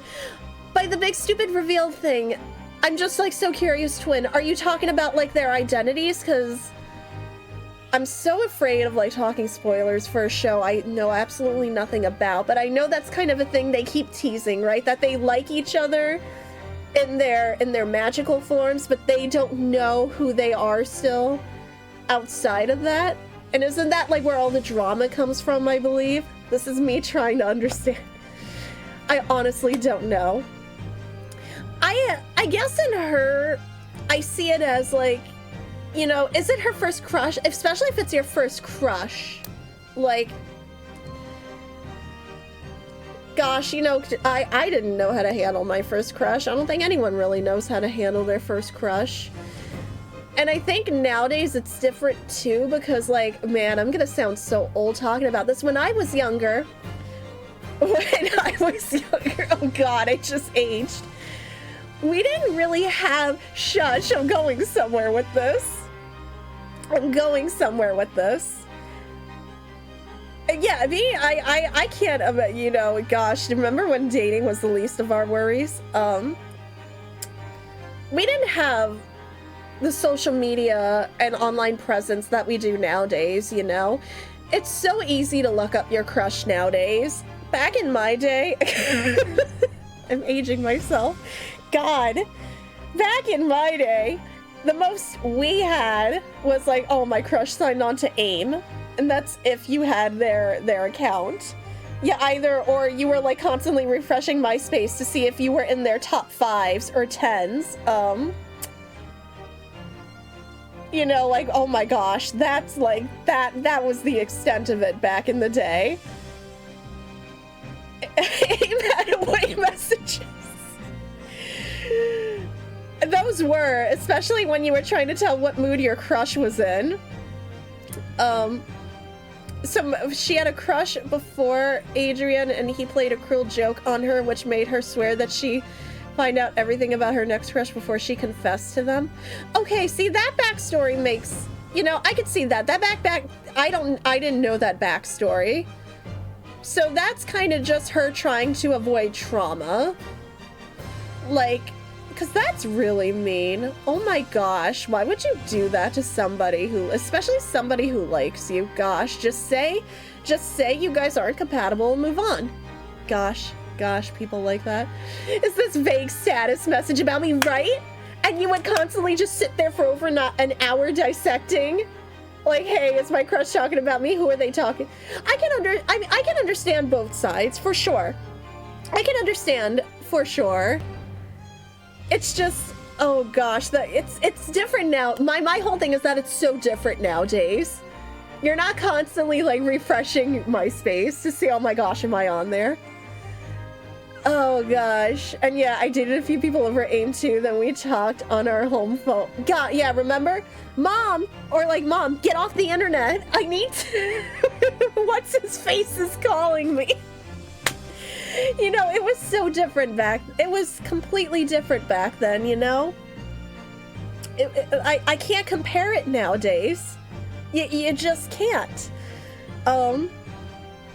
Like, I could see yourself at least trying to, like, you know, in between classes, I can see yourself trying to be, like, noticing, oh, hey, their room is only, like, right here from mine. I can catch them after this and whatnot, and just try to, you know, try to be like, oh, hey, what's going on? But you're also talking to someone who's, like, really honestly bad at flirting. Oh, gosh. So it took this was a backstory that they hadn't revealed for a while. I do get the trauma response. Without the trauma response, I totally understand where it kind of feels like a little off-putting. But when it's a trauma response, I'm like, okay, you want to make sure before you get totally invested in this person, is it okay? Is it going about it the right way? You know, no. But it's a trauma response, you know, you can't, it's a defense, it's literally a defense mechanism. You're just trying to prevent yourself from going through that situation again. At that point, I would just be like, I'm just gonna date girls. That would be my response. It's just gonna be like, I swear off men. I'm just dating girls. That would be my defense mechanism, personally. I do like that, though. That is different. I do like that it is different. I do like that. Again, I just wish they didn't do the whole love triangle thing, but that's a personal thing. That doesn't that doesn't make the show bad. For me, that's my personal nitpick. It's something I just hate. Gosh, I hated when they did it the last. I'm just thinking of Sailor Moon the last season. They tried doing that, and I didn't like it. I just really, at this point, I don't care. Just make everyone poly in that case. I don't like the drama. I can't deal with drama. Oh my gosh, finding out the other is respectfully, they've psyched it out 3 times and I'm tired of it. That I understand, Twin, because you can only do that so many times before your audience is gonna get tired of that. I can understand doing it once, and then I think you should commit to the bit after that.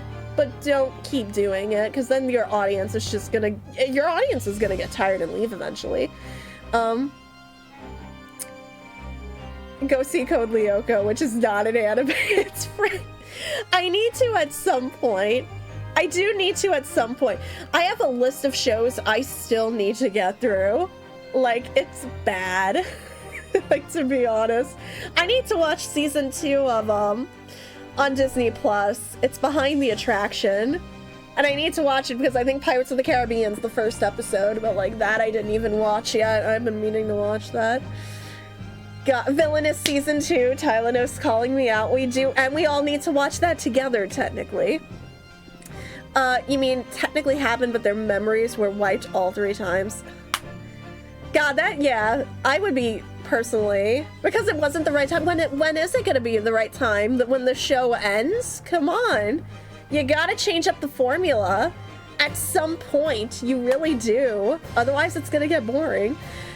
Eventually, I want to do a Bluey watch party. Eventually. I do. At some point, I would like to do that. So I'm watching season 1 now, and what on earth is... It's so... Gosh, Villainous is so good. I will say, it is really excellent. In terms of comedy anime, if you need a good haha anime with, like, emotional depth, I personally would recommend it. I want to see the romance actually happen. I can think of some romance anime that are really good that I personally like. Spice and Wolf is. I like Spice and Wolf. Unfortunately, the original, the way it ended, they didn't do the entire series, so you don't get to see how it ends. But that's really good. Toradora, yes, I absolutely adore Toradora. Kaicho wa Maid-sama. Really heckin' good, but that's another anime that was left unfinished, and if you want the rest of it, you have to read the manga, unfortunately. But you don't have to wait till the end for characters to, like, realize how they feel about each other, so I'm like, thank you. Gosh, like, those are the ones off the top of my head, personally. The romance happens halfway through, so you get half of the story with just cute moments. I do like that. I do kind of like the slice of life mixed in with the romance. I prefer that over drama. Which like the examples I just gave, yeah, there's drama in there, but a lot of it is rom-com. And I love my rom-com. Anyway, my gosh, we've been talking about anime rom-coms. Those I super recommend. Those are really good. You're gonna get some drama in there, but it's not like drama heavy. That's not the main focus. It's mostly haha and cute moments and stuff, which I really like. I haven't watched Code Lyoko since middle school. Oh my gosh, has it been around that long? I know it's been around a while. Just I guess it didn't just hit me how long it's been around. Another not rom-com, but more haha, Full Metal Panic Fumofu, but there's a lot of stuff that's gonna go over your head unless you watch, like, maybe, not a lot that's gonna go over your head, but you're gonna wonder about some things unless you've seen the original show, which is more drama, mech, action. I'm not helping my case at all here. Cute, wholesome bonding is way better than drama. I do agree with that, absolutely. Man, when am I getting my Twisted Wonderland anime? It's not gonna be romance, obviously, because if you play Twisted Wonderland, a lot of people think it's a romance game, and it's not. You don't date the boys or anything. But But like they said they would, Disney and Aniplex said they were gonna do it, and I'm just like, where's my Twisted Wonderland anime? Where do I get to see my boys dealing with trauma and magic school and all the fun stuff? Yeah, I'm gonna go see it too, Sarah. I'm gonna go see the new Ghibli movie too. I feel like I'm kind of obligated because there's a bird in it, to be honest, but they do. Surprisingly, Twisted Wonderland, I don't want to spoil it. Hashtag not sponsored, but man, I would love to be sponsored by them. Man, if you want it good, you look at it on the outside and you just think, oh, Disney villains, just... Except they're anime boys. I think I know what this is, and I'm like, no, you don't. You have to play the game. I'm telling you, you have to play a game. You have to play the game. Man, there's this one good meme. I have to find it and post it in Discord. That's literally about the boys. You need to get over everything. You need to stop being stuck in the past. And you need to heal. Because I'm not going to keep cleaning up your messes. It's so good. It's so heckin' good, but I love them so much. Anyway, hashtag Savannah Claw dorm. What dorm are y'all anyway? I'm not just saying that because I love Leona. Anyway. Sarabi. Okay. I'm gonna stop. Man, I wonder who her favorite Disney villain is anyway. Good gracious. Perhaps, in fact... that was the moment that the victim made his entrance into the cabin. No, let me rephrase that. The victim didn't enter the cabin as such. He fell into it. Objection! I know, we got really caught up in anime talk and love triangles and shows. French versus anime. Rom-coms, man, there was a lot. Also, confession, I watched Winx and Witch. I had an ex way back in high school who loved Witch. He had nothing but good things to say about Witch. I'm so sorry, I haven't seen either. Winx, I'm kind of surprised at that I've never seen, though, because I had such a Disney... I still love Disney fairies, don't get me wrong. I still need to get... So... intermission not over because we need to talk about this. So I didn't know that these were a thing. I want to try to get these books when I can. Unfortunately, I don't think they're in print anymore. So you have to like try to find them through like secondhand bookshops and stuff, because I love the Tinkerbell movies. When Disney was still supporting Pixie Hollow, I loved Pixie Hollow. I absolutely adored Pixie Hollow. Like, I was stuck on that for so long. I was definitely an animal talent fairy, I will tell you that. Oh gosh, yeah, no, Twin, they're really good. Which one's your favorite, out of curiosity? For everyone who's seen them, I kind of want to know what's your favorite one. So apparently these were a thing that I didn't know existed up until fairly recently, because I was watching a whole Disney Fairies thing on YouTube. I know, and it's fine. He's pretty. He can take up the screen, I guess. So apparently this is a thing, which I did not know about until literally, just like I said, like kind of maybe within the last months or so, but, apparently there's like a whole series of these books. Apparently the author, Gail Carson Levine, is like a really, big children's author, which I wasn't aware of. And there's all these books now that I don't think I'm fairly certain they aren't like in circulation anymore, so you have to like go through like the secondhand stores. I'm trying to see if there's any images. But there's like a whole lore in these books that I wasn't aware of. Fairies in the Quest of, what is it? Fairies in the Quest for Neverland, Fairy Haven and the Quest for the Wand, Fairy Dust and the Quest for the Egg. So apparently, like, there's this, let me see the book, dang it. Apparently, like, there's a whole character, like, called Mother Dove, in the mother dove in the Pixie Hollow fairy lore. And yeah, there's like this whole thing with that character, and I'm gonna hold on. I want to find the art. The art's really good, and that's why I want these books so bad. Like, I want these books so bad because the art is just everything. I'm trying to find the art.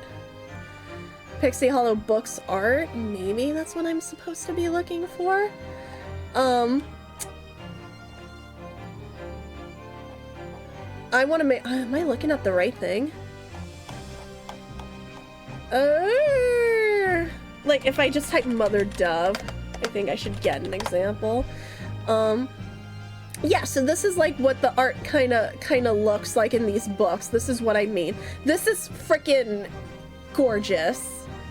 Like, this is the art I live for. I need these books simply for the art. It's so heckin' good. Like, I've seen them in like the YouTube videos and stuff, and I was like, oh crap, I need these books. Not only for the lore, but the art is just so heckin' pretty. And I'm so upset that I hadn't known these books were a thing up until recently. Because I totally would have asked for these books, like, honestly, back in the day. I would have loved to, and now I'm just, like, a hardcore book reader, even more so. So, way more than I ever been in my life. So, of course, now is when I want them, but, of course, they're not in circulation anymore.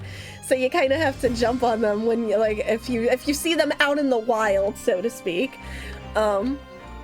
But anyway, yeah, they're if you like the Disney Fairies franchise, apparently they're really good from what I've heard. And the videos are very interesting. The books are meant to be a prequel to the Tinkerbell movies, I think. There's like a few of them, so it's like I'm also like, I want to know more, but I also want to avoid spoilers because I do want to read these books so hecking bad. If you want a love story where the romance starts early on, read my fic. Hi, Tylenose. You know, you can plug that in here. You know, you're like one of my best friends. You can totally plug that. I can't. I have no censor button, so I'm about to say some French, but you can plug that shit in here. And you be proud of it, because it is really heckin' good. It's got two of my favorite lesbians. Just saying. Oh, why is it so long until Persona 5 Tactica? I know. It sucks. I'm not even going to be able to play that right away because, heck, I'm broke. Man. I'm going to have to avoid spoilers like the plague, but man, I want that game to be out at the same time. It's bad. No, honestly, chicken, Tylenose is still, you know, I'm still beta reading for Tylenose is still working on it, so you got time. And also, Tylenose is, like, really heckin' good at what he does, and the chapters are very beefy in, like, the best way possible. So, like, you can, like a whole chapter will sate you for, like, a good while, especially if you go back to dissect it, like I do for Tylenose all the time. Either Secret of the Wings or the Pirate Fairy. Oh, yeah, I know. I like Secret of the Wings a lot because of Periwinkle. I really do like her character. And I kind of like the whole Winter Fairy aspect and the whole backstory with Queen Clarion and you-know-who. So I kind of really do, oh gosh, I really do like it. Man. I want to say that one's up there for sure. I don't know what my favorite one is, like what my solid pick is. I feel like I'd have to go back and rewatch them to be sure, but man, it is good, honestly. The movies are good. I recommend them, like if you have like Disney Plus, honestly. It's just a nice, I like Fairy Core. Fairy Core is like Fairy Core, Cottagecore, totally one of my aesthetics. So if you want something that's like just really cozy too. I also just like Tinkerbell's characterization in the movies. They're really heckin' good. You know, compared to original Peter Pan, where unfortunately I do love she's sassy, but I do love she's sassy in that movie. Don't get me, I don't hate OG Tinkerbell. But I feel I like that she has more going for her in the in her own movies. Well, obviously they have to because you know, it's about fair. It's about literally Pixie Hollow, and she's the main character. At least for the start of them, not later on, more so, but the first couple of movies, yeah. Anyway, I'm so sorry. I'm on a fairy core kick right now. Anyway, we're going back. We're back to our regularly scheduled court proceedings. You're now suggesting that the victim fell from the skylight into the cabin. That's simply impossible. How can you be so sure? Because if the victim had fallen inside through the skylight, as you say, the passengers on the roof deck would have seen it happen. That was my thought process. But that's the only way. And yet not one person made mention of such events in their testimony. Well, yes, that's true, but...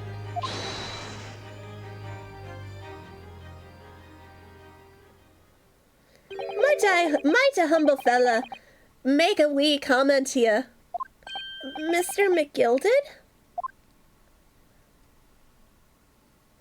To be sure now, the two fellas who were sat on the roof that testified afore said nothing of the victim falling through the skylight. But it seems to me, my lord, that 'tis not so much a case of them not saying, but... I have no idea what that accent I just did was. I'm so sorry. 'Tis a case of them being unable to say. What? I think perhaps the two fellas do be having something of a compelling reason not to mention what happened. Would yous not agree, fine ladies and gentlemen of the jury? Oh, my goodness, surely not. Those two chaps on the roof. You mean the ones who stuck that knife in the man were... The court was too busy watching anime. They were in on the discussion. Their favorites are murder mystery. OG Tink was too sassy. I do understand. I can understand why people would feel that way, chicken. As much as I don't like the Disney Direct sequels, I will say her characterization's also a lot better in Return to Neverland, because yeah, she doesn't take Jane's sass. But it's not bad. Like, you know, I love how I think they realized in the original, maybe nowadays it's too sassy. People are probably gonna be off-put by that, so they gotta make, you know, she still stands, you know, Tink still stands up for herself. But it's like, yeah, I'm not taking Jane's sass. But I don't care if you're Wendy's daughter. But she's still, you know, oh gosh, they just do things with her character, like, you know, especially in that whole ending scene, which is the best part of that movie. And Peter sees Wendy again, and Tink, like, gives her a little dust to just flip for a brief second, and Tink's like, yep, no, that's her, because, like, Peter doesn't believe it, and Tink's like, no, it's totally her, and it's just like, oh, hey, no, I can let, you know, oh gosh, I just love that whole interaction. This is, like, the only part about that movie I really like, to be honest. The majority of them are bad, yeah. Hi, Rob. How are you? The majority of them are bad, with a few exceptions like Cinderella 3. I'm still going to stand by that movie. You know, I'm going to stand on this hill until everybody's seen it at least once. I like Tink's casual attempts to murder a small child. My thing was, I think I get where they were coming from, where Tink still had the mindset of a child, you know. That definitely wasn't a mature adult mindset. That was the mindset of because I think because the lifespans of fairies are so short, technically, I think, at least from what I like to think of it is that that was her little child mindset of being jealous that Wendy was going to get to go on all these adventures with Peter that was supposed to be her and Peter. So of course a child's mindset is going to be yeah, just go into the Lost Boys and being like, yeah, just shoot her down, I guess. I know, but I'm really glad like they changed her character. Like they make little tweaks in the Tinkerbell movies, honestly. Lion King 2 was good, yes, I agree with that fully. Lion King 2, I think Bambi 2 actually has merit. Cinderella 3. There are some that I think are really well done, and then the rest are absolute garbage. they're cash grab garbage, and this is coming from a Disney lover, and I'm not afraid to say it. And then you have Tinkerbell from the original story, who's quite literally ungrateful. Are we talking about the play version, you mean, Rob? Just what exactly are you insinuating here, you blitherer? You rotter, he said. You rotter. What are you insinuating? This is a flaming outrage. I've a good mind to give you a blinker in a minute. He'll give you a shiner in a minute, he said, and so will I. Mr. Fairplay? You're effectively accusing me, a city gentleman and well-respected banker, and me, a very angry hatter, suggesting that someone like me could have stabbed that man in the guts. It's a disgrace. It's scandalous. I protest. I protest in the strongest possible terms. That's right. I protest too. About you, you rotten scoundrel. I didn't mean to have an accent. It just kind of slipped out. I promise. Order. This is not the time, witness. I have to get back into it. A, because we haven't seen these characters in a bit, and two, because we were talking about fairies for like the past 30 minutes. I will not permit this wanton invasion of the stand. Return to the anteroom at once. But this is beyond reason, my lord. It's outrageous. It's very hurtful, you know. My lord, if I may comment. Go ahead, Lord Van Zeeks. It was the defense that incited this outburst from the witnesses. My learned friend has seen fit to abandon all protocol and accuse the witnesses without proof. Accuse? I never intended to. It seems, young Nipponese, that your command of the English tongue is wanting. You propose to this court that the victim fell through the skylight from the roof deck of the omnibus. That hypothesis cannot possibly stand without the rooftop passengers being aware of the events. You have branded these gentlemen liars. You have intimated their criminal guilt. Can't talk anymore. In our British courts of law, that is what is termed a baseless accusation. I know I was rash to put this idea forward without any actual evidence, but you can't just dismiss it without a second thought. What are we wasting time for? Get them to testify. Thought there was something fishy about that hatch from the moment I laid eyes on the fellow. We have to see this matter through now, one way or another. If there's filth and rubbish in our midst, we must dispose of it at once. Take us to church! I'm sorry. Wrong. Yes, a very Mad Hatter. But also fairies are important. See, I've never actually read the original novel or the play. I just kind of know some of the differences they took from the original when Disney made the cartoon version. Like how, like, you know, it wasn't a bomb, but it was it wasn't it like, you know, not believe because they didn't believe in not believing in fairies, and then Tink was dying because of that. I was surprised they made an Atlantis 2, despite them considering the first one a flop. Yeah, because normally they won't bother unless it's like an IP that did really well. I don't know if they were just trying to honestly get more.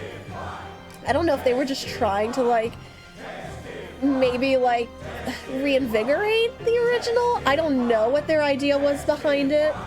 But But like any other time they were trying to do that, like Beauty and the Beast, obviously. I mean, Beauty and the Beast was a moneymaker. I know Tarzan didn't do the best, but I can understand them trying to make Tarzan into a series. Testy. Oh my gosh. Yeah, if the children believed in fair, yeah. So it was. I knew it was. Clap your hands. Don't like Tink die. Everybody start clapping, or I will get upset. Oh my gosh. Hook put poison in Peter's medicine. Oh, that's right, and she drank it. So she, the only way she could not die is that she had to believe in fairies. That's exactly what it was. I was like, it was something like that, but in order to save Tink, they had to say they believed in fairies. What's happening, Mr. Naruhodo? The spectators in the public gallery they're in a complete frenzy. Mr. Fairplay and Mr. First. My lord? You will take the stand and make another formal testimony in reference to the indictment brought by the defense. Yes, my lord. I didn't come here for this. There's no time to think this through. All I can do is keep pushing forward. I know, I do like that. It is very Faye. I do agree with that.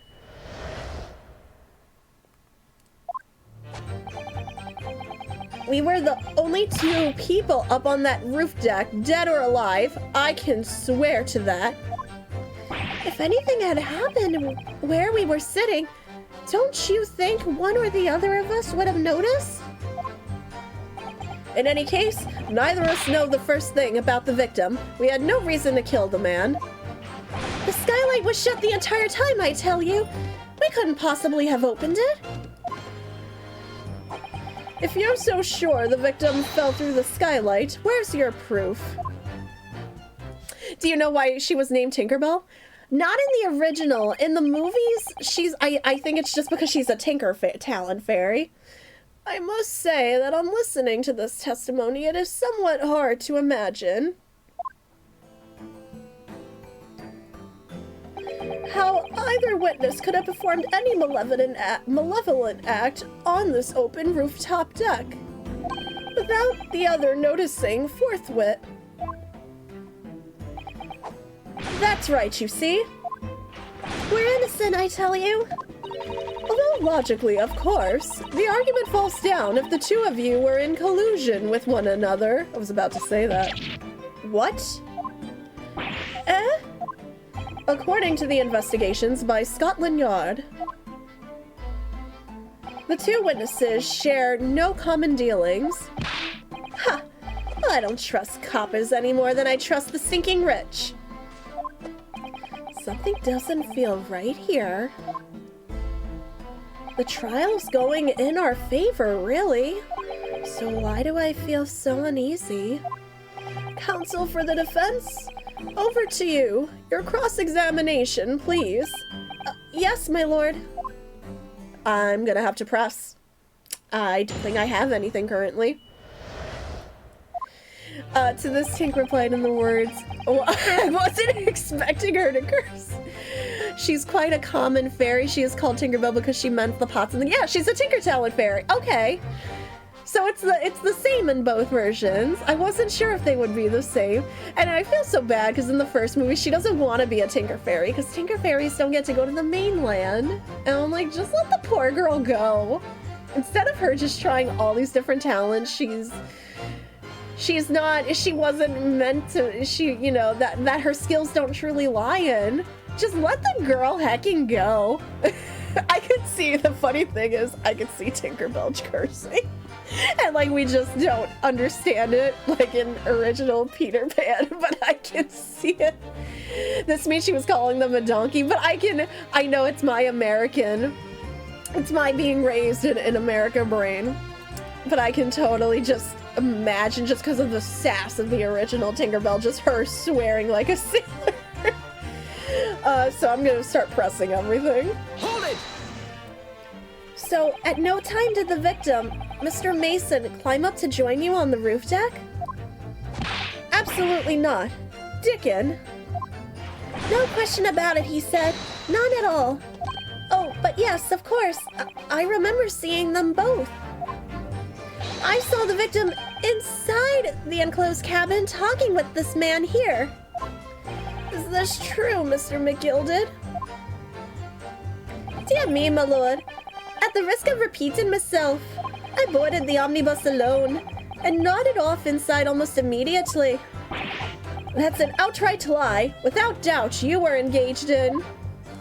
Let me stop you there, fella, and ask, do you have any evidence at all? At all? Tis all about evidence in the courts these days, so it is. You do well to remember that. I saw you with my own eyes. This is going so well. Sir, I'm not above murdering a man. Hi, Fox, how are you? I would recommend not to do that. You're trying not to leave evidence. Man, are the cops gonna be knocking on my door for saying that? I mean, typically I don't have. Disclaimer, please don't actually commit murder's a bad thing. I shouldn't have to tell you that. Hopefully your parents taught you that. Hopefully somebody, your teachers, somebody taught you that. But if I learned anything from watching a bunch of true crime, I typically want to do it, away from prying eyes. Wow, Rob, that is a lot of box. That is a lot of censor bars. If anything had happened where we were sitting, don't you think one of us would have noticed? Not unless you're in cahoots. Well, it was on, and it was cold outside. It was on the final run of the omnibus at past 10 o'clock in the evening. It would certainly have been quite dark, perhaps too dark to see clearly. Is this some kind of a lark? Is this some kind of a joke, he said? Is that what this is? Or perhaps one or the other of you fell asleep briefly? Are you fair dickum, sir? Are you serious, sir? That's what he said. It's impossible, I tell you. They kind of giving me like Pinky and the Brain vibes right now. Oh my gosh, wait a minute. I just said, God, that is such a cursed idea, but that's just what came into my brain. I'd give you the keys to the vault if you could fall asleep in that bitter cold. And if you did manage it, your eyelids would freeze shut and you never open them again. That's extreme. It was extreme, I tell you. And we had to put up with it because this man had locked the door. Any true gent would have unlocked it and let me in when I knocked. I'm dreadfully sorry about that, young fella. But you see, I was away with the fairies and I didn't hear ye at all.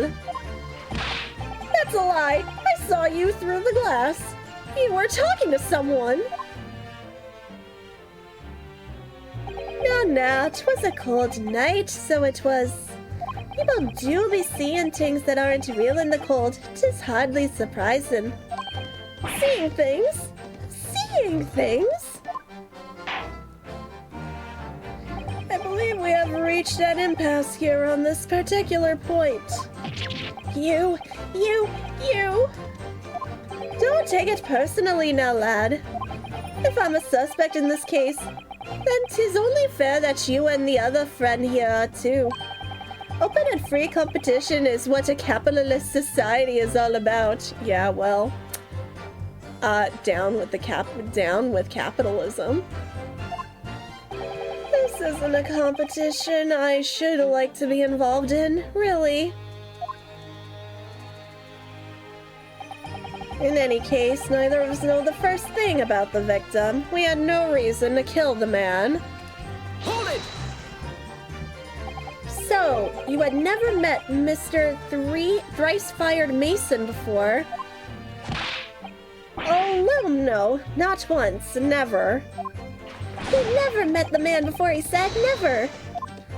And you, Mr. First, had no prior dealings with the victim either? That's right, sir.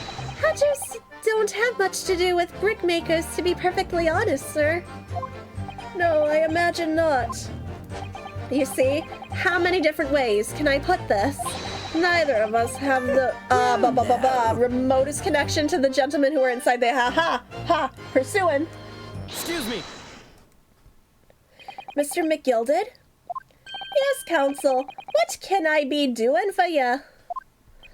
Did the witness's last statement give you pause for thought somehow? Not the remotest connection. Is that right now, I wonder? What are you insinuating now? Ah, Mr. Fairplay, 'tis been too long, so it has. Eh? If I'm not very much mistaken, I believe 'tis fast approaching, is it not, your repayment date? I beg your pardon? You borrowed 20 guineas from me, sir. At an unconscionable rate of interest. You tricked me. It's extortion. Well now, is that a touch of begrungery, I see? Is it the sort of begrungery that might motivate a fella to pass his crimes off on another? Ugh. And young Mr. First. Me, sir? What do you want with me, sir? You do be making hats for a living, do you not? That there top hat's lying about your head. Is that one of your own creations, is it? I'm still just an apprentice, you understand? I'm learning to find the perfect fit for whatever fine gent walks through the door. The perfect fit, is it? Well, 'tis a very distinctive design, so it is. Many customers like it, I tell you. They like a distinctive touch. Customers? Such a thrice-fired mason. There was a photographic print of the victim submitted as evidence for, my lord. Oh, this, you mean? The hat does look similar now that he points it out. I can't help thinking that the poor fella hat looks distinctly familiar, wouldn't you say? Oh. That's one of my hats. Aye, that it is. So it would seem the brickmaker was a customer of yours. The sort of customer, I'd wager, you could have had a wee quarrel with over the distinctiveness of the goods. Oh no, sir. Absolutely not, sir. Well, there's really nothing more to add. It wouldn't be right to say that the two fellas here haven't the remotest connection to the victim, you see. I rest me case. You little weasel. Urgh. He's better at this than I am.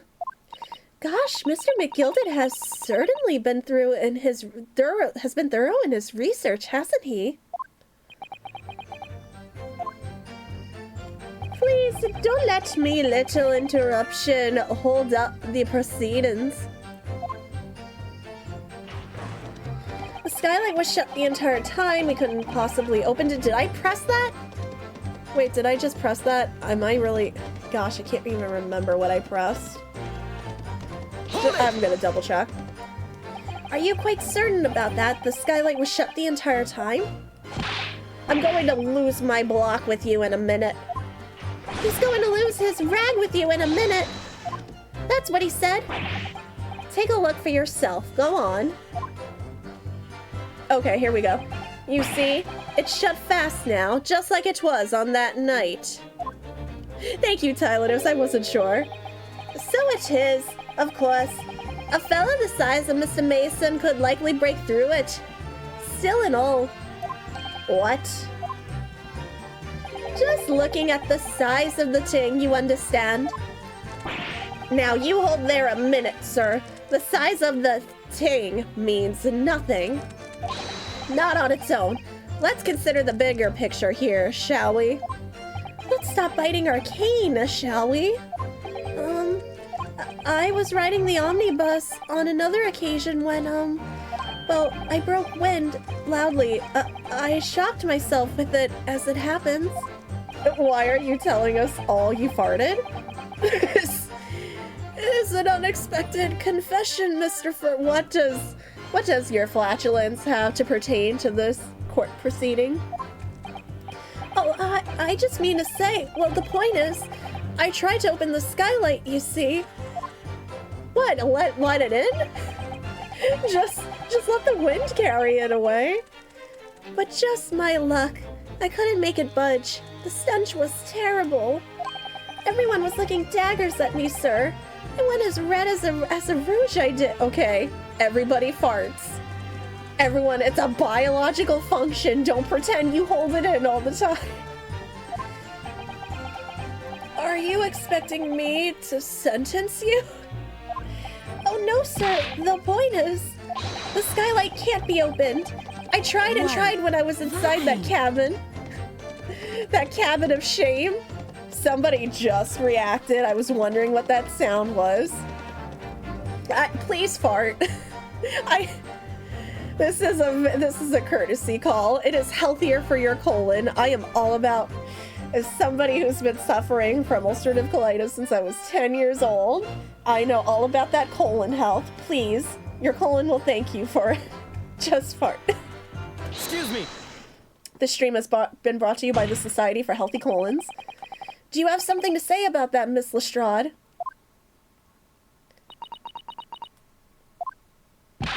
Miss Lestrade! It opens. Huh? The skylight.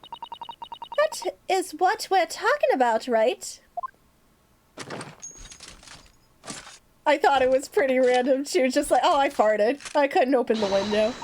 All them skylights open dead easy. More easily than you can load that weapon?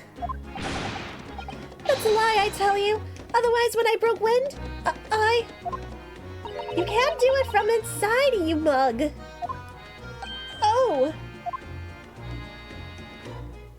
Look, a few weeks ago, I was up there on the roof deck of one of them drags.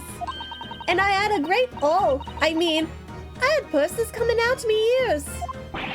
Miss Lestrade, this is not the forum to be eulogizing on the subject of your criminal activities. Well, anyway, I had a bit of a scare. When I lifted the last bloke's purse, he got wise to me. All four of them surrounded me, so I couldn't hop off the bus and leg it. So what I did was, I used the skylight, opened the catch and jumped right through. What? Yeah, the catch for them skylight is on the top side. That's why you can't open them from the cabin. The skylight opens from the roof deck? Bailiff! Climb up onto the roof of the omnibus at once and verify this witness's claim. Why are they not? I mean, don't stop her because I guess this is actually really important. Let it go. Open your you can't make it fit, darn it. Oh, my hat. See?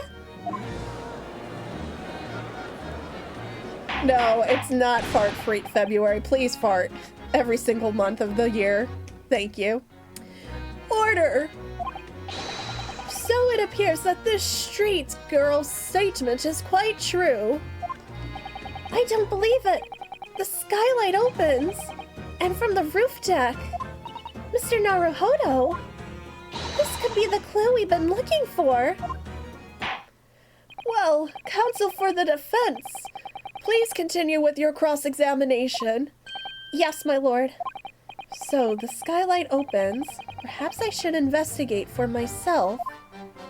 Oh yeah, I think it was Nacho that might have mentioned it before that it was a Sherlock reference. No, I do love her design. Her design is so good. Where's your proof? See, I would press that one, but I don't think It sounds like I should be presenting something here. What do I have? Can I just submit the omnibus as evidence for this statement? I mean, we just literally have that, we just had that statement, so... Objection! There's clearly something, no, not that. There's clearly, yeah, no, whoops. Okay, I kind of messed that up. I accept the hint, Tylanos. Oh my gosh, Rianosuke is just so precious. So not that. Okay, Rianosuke mentioned he should examine the evidence again. Wait, can I go examine the... Here's the thing. Can I go examine the omnibus again? Like... So the skylight was fastened shut before, but now the catch has been undone. We should be able to open it. Oh, that's what, okay. My big brain. Thank you, Tylanos. Can I go in and look up?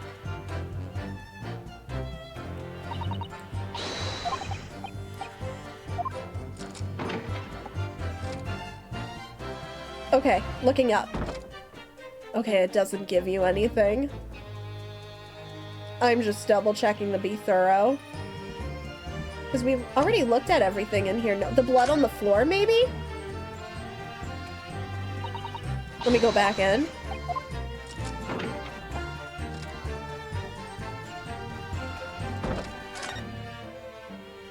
That's blood, isn't it? Is something wrong? Oh, it's just, well, this blood stain is so obvious, that's all. And yet Van Zeeks has made no mention of it. I suppose that does seem a little strange. Why do I have such a bad feeling about this? Because I was gonna say, we looked at that blood stain, but I don't think we looked at the one on that was... Oh, wait. I think there was blood right there in the skylight. I have to turn to the camera again, but I think I saw, like, a stain. And there it is. Yes, it does open very wide, doesn't it? Wide enough to kick someone like you through, certainly, Mr. Naruhodo. Why someone like me? What is it? Look, just here. Look at this. That's, without question, it's blood. Why would there be a blood stain there? Because if a body slid through, surely it can't be unrelated to the case, can it? Yep, it's gotta be that. Tomato sauce. Somebody was just clearly eating spaghetti on the roof. There we go. Objection! On the night in question, the victim was fatally stabbed in the stomach, and immediately afterwards, the victim's body was pushed through the skylight into the cabin below. Those are the facts, and the irrefutable proof remains clearly visible in the omnibus that stands before us today in this very courtroom. What? That's utter humbug. You can't possibly have any evidence. No, you can't. I mean, we didn't do it, I tell you. It's impossible. Irrefutable proof. Here in this courtroom. Counsel. My lord? I believe everyone would appreciate a little clarification here. Humbug? Where are the Muppets? I heard humbug. I'm expecting to see some Muppets in this courtroom. I would also eat spaghetti on the roof, I'm not gonna lie. Where exactly within the omnibus is this evidence to which you allude? Just look up. Whoop! Whoop, whoop. No, wrong way. Whoop, whoop, whoop, whoop, whoop, whoop. Hi. Or are we talking about the blood on the floor? Oh wait, I didn't present it. I just pressed A. So I guess it's that one and not the blood stain on the skylight. Whoops. Thanks for Spagoot. Just make sure it's extra cheesy. Just leave me a block of cheese on the on the roof. Got it! It goes without saying that... Yes, Counsel? I think it's clear that my friend has taken the phrase, "it goes without saying," a little too literally. Perhaps, in fact, am I wrong? So wait, but the sky... I couldn't look at it through the skylight.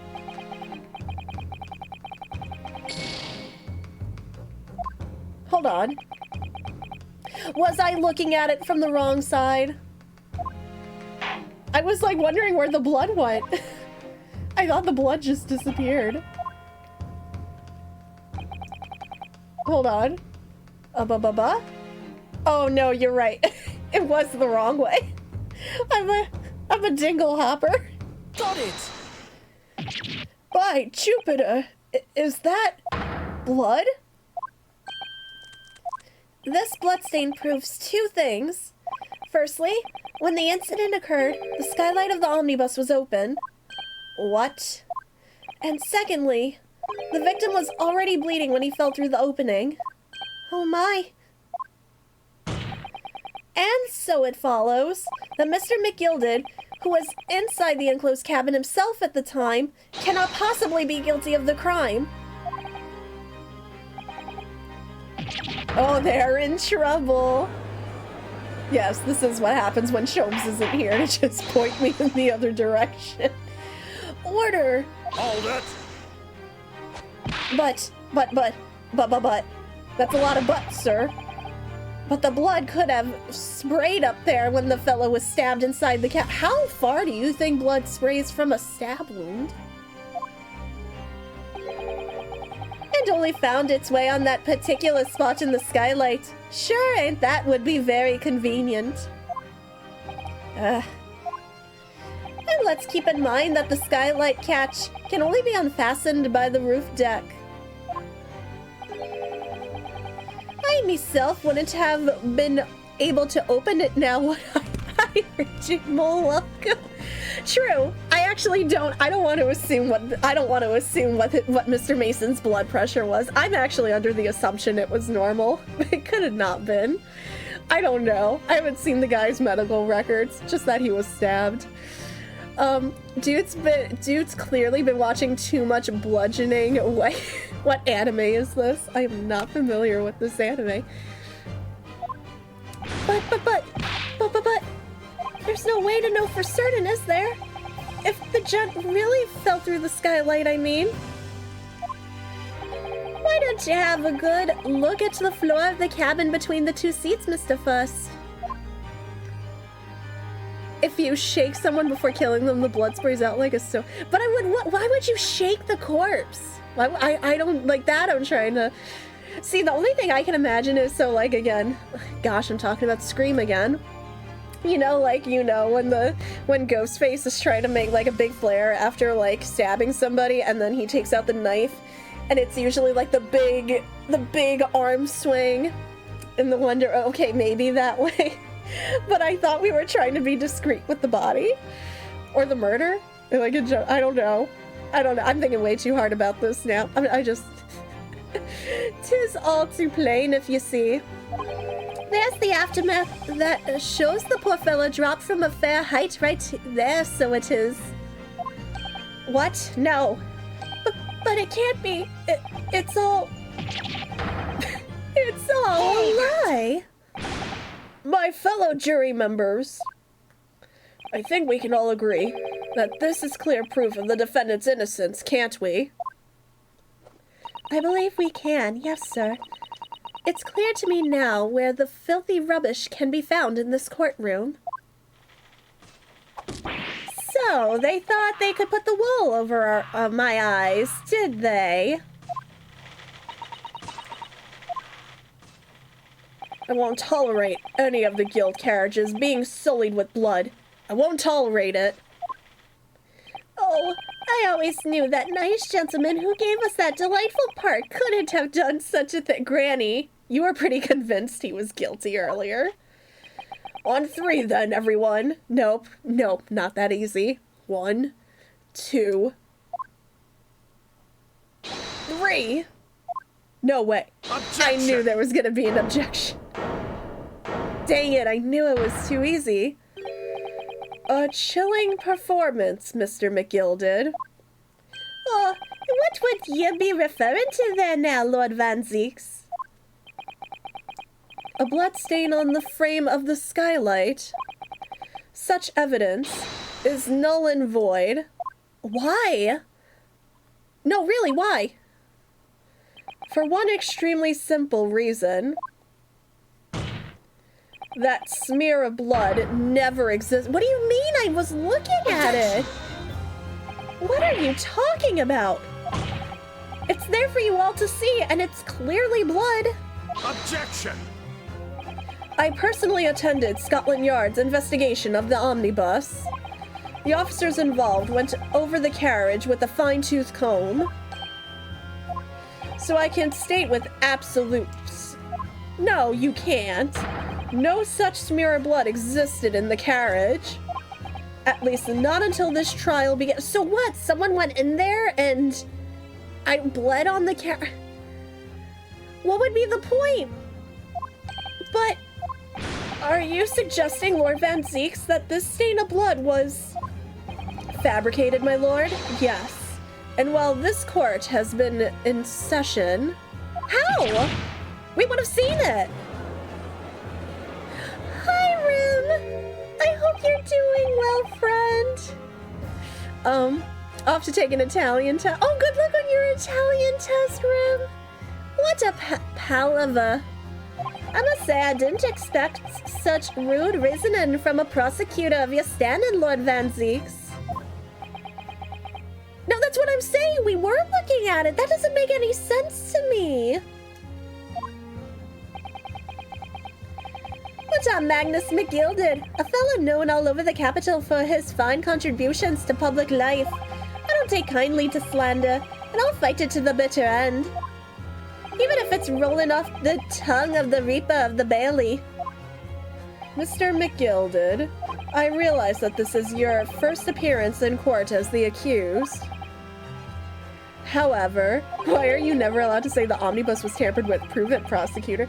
That's the thing. I don't understand how it could have been tampered with. You said he claims while court was in session. We were all here. We would have seen it.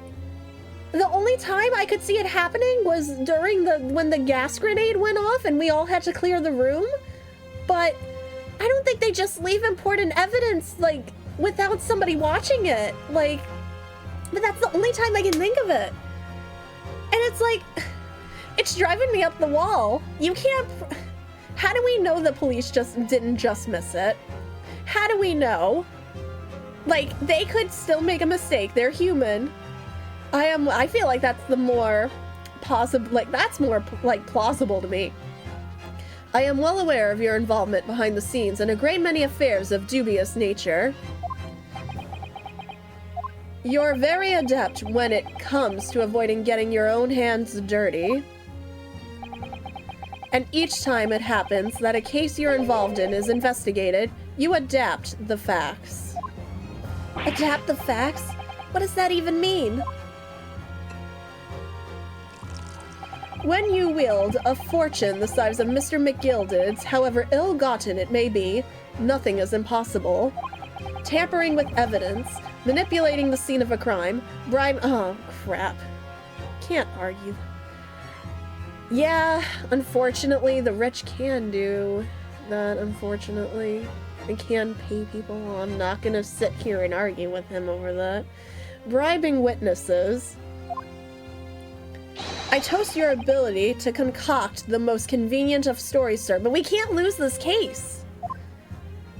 For Kazuma, we can't. Tut, Lord Van Zeeks. This will not do, to be sure. Will it now, Counsel? Oh, no. I think it's fair to say, this does all sound like a rather far-fetched excuse by a desperate man. The blood on the skylight didn't exist, you say? But if yous will all cast your minds back, is it not true that the omnibus there has been in the courtroom the entire time? How could anyone possibly had put a smear of blood in without the world and his wife seeing. Isn't that right now, Council? Yeah, it's true. The omnibus has been in full view the entire time that court has been in session. My learned friend. Here's to hearing your opinion on this matter, in your own words. As you wish. Oh god, I actually have to answer this? It's out of the question. It could have been frick. Of course, this is a question. Learning new languages is really hard because it's something you're constantly doing, you know? Like when it's like you take a break from it and you can forget a lot. Yeah, there was a smoke bomb earlier, and that's what I was saying. That was the only time it could have happened. But was nobody in here to like make sure? No, that's exactly where my thought process was going too. But I'm just like amazed that nobody took the time to, you know, I guess rolling out an entire omnibus is a lot when you're worried about if the smoke's coming from a fire or whatnot, and you have to evacuate the room, make sure everyone's out safely. But I'm still shocked that nobody was with the for evidence as important as this is. I am flabbergasted. Nobody was watching. Like this didn't occur to anybody that this could have been arranged. I unfortunately do have to agree with him on that. The bailiffs were probably pretty confused. I know, and your main priority is making sure everyone is, well, one, obviously nobody's escaping, but two, everyone is safe and nobody's hurt. The thing is, I don't trust the billionaire. I don't trust the 1%. But we have to win this case, otherwise we're going to be sent back to Japan. But I also can't lie and say that it is impossible. It's out of the question because, you know, he can easily point it out, so.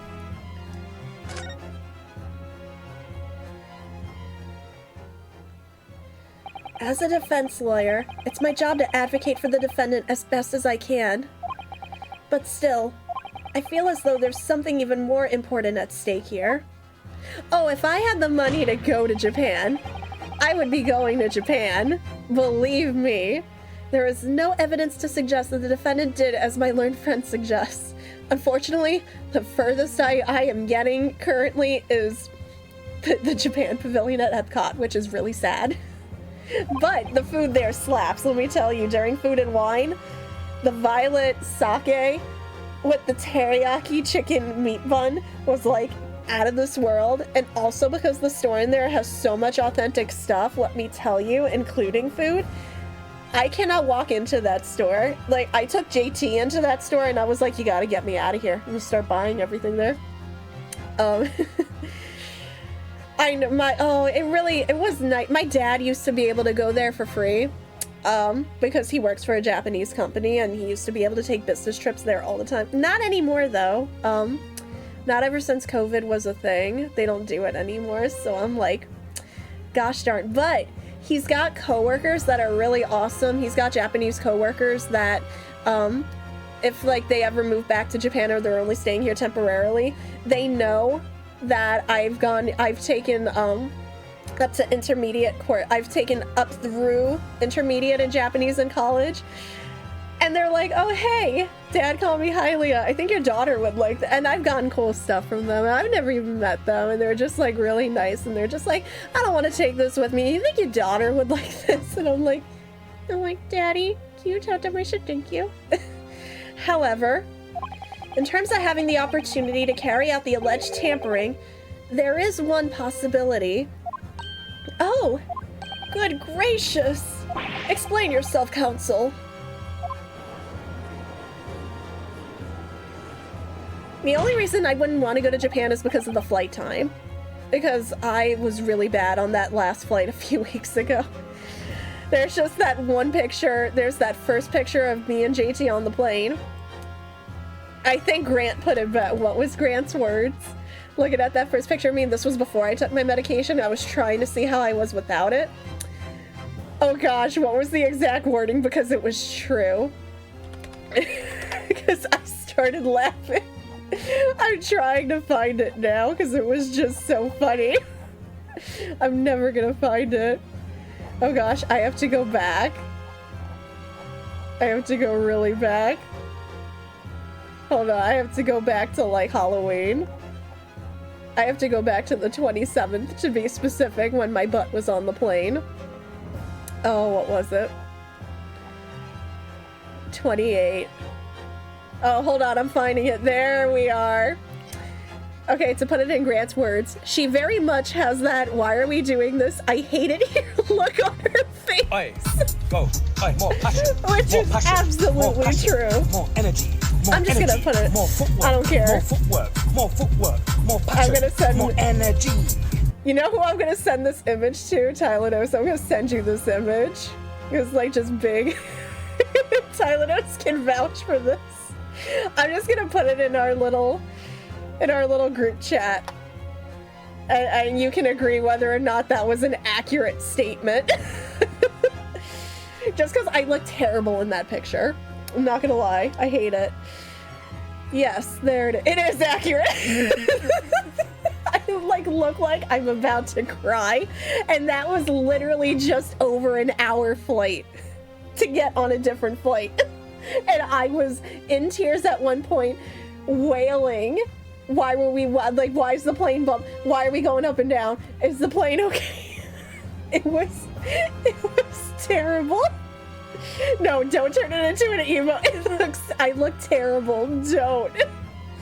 Yes, there it is. I could never survive on a plane going to Japan without being like heavily medicated.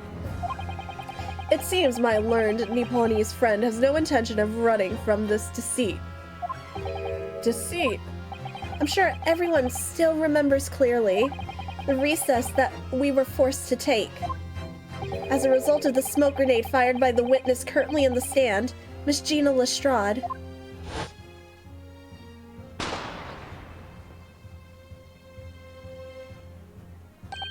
Yeah, that's my thing too. One of the big reasons I want to go to Japan is for the food.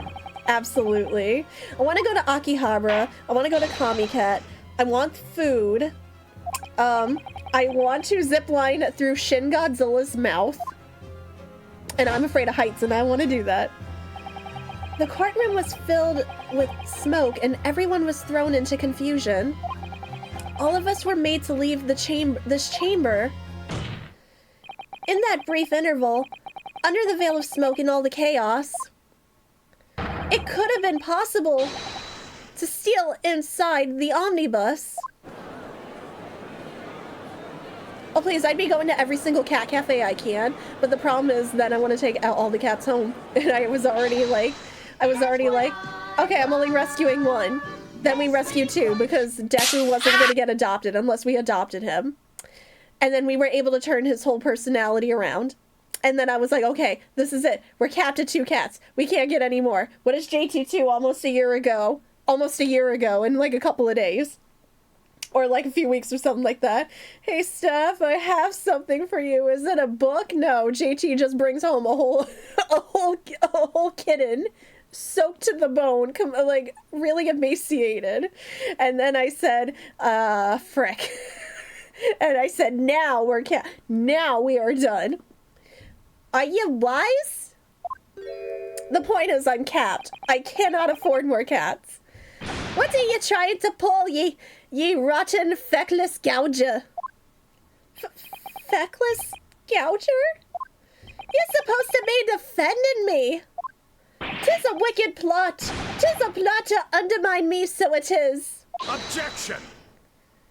Whatever you think this is, it changes nothing. The facts are the same. After this courtroom was evacuated earlier as a result of the smoke grenade, a number of inconsistencies materialized in relation to the omnibus. I obviously want to go to Tokyo Disney Sea, because I've heard from many Disney people that it is the best of the Disney parks, so God, I wish. I know my dad loves it. Inconsistencies such as... To start with, the storage compartment underneath the rear passenger seat. When the police investigated the omnibus, this compartment was full of the driver's items. Secondly, we have the smear of blood on the edge of the skylight. As I have said, that was not present at the start of the trial this morning. Unfortunately, Lord Van Zeeks, no one is able to corroborate your claims. That's true. When the omnibus was first wheeled out, both the storage compartment and the skylight were shut. Accordingly, I'm afraid to say, we cannot establish with any certainty if this evidence is the result of tampering or not. Indeed, my lord, no doubt there was not a single person who saw fit to verify such things. What do you think? Sorry? About the omnibus, is there anything else unusual? Oh, the fact that you're asking me makes me think there is. Oh, look! Gizmo! Gizmo! Oh, my baby! He was so small when JT brought him home. He was so precious. My baby boy. Oh my goodness. My heart. He was very wormy. That was why he was so emaciated. He was very wormy. I'm pretty sure mom wasn't feeding him or mom left. And he was left in a wet puddle and we were about to be hit with a blizzard. The vet was pretty convinced if we hadn't taken him, he would have died. Here's just my baby. And then he bonded with Luna. How could I rehome him after that? How could I do that? My baby. Wait, what date was that posted? That's technically Gizmo's birthday. What date was that? December 19th. So in a month, that's gonna be his adoptiversary, so we're almost there. Not quite, but he is pretty much a year old at this point. But he's still so hecking tiny. I want to go to a 7-Eleven in Japan and snack on things. No, Sarah, to be fair, going to like a 7-Eleven or a McDonald's in Japan is way different than going to like one here. It is completely different. Oh my gosh. I'm glad you now have a good little door cat. He's still lacking a few brain cells, but he's my baby. And I was so scared he wasn't gonna pull through for a while.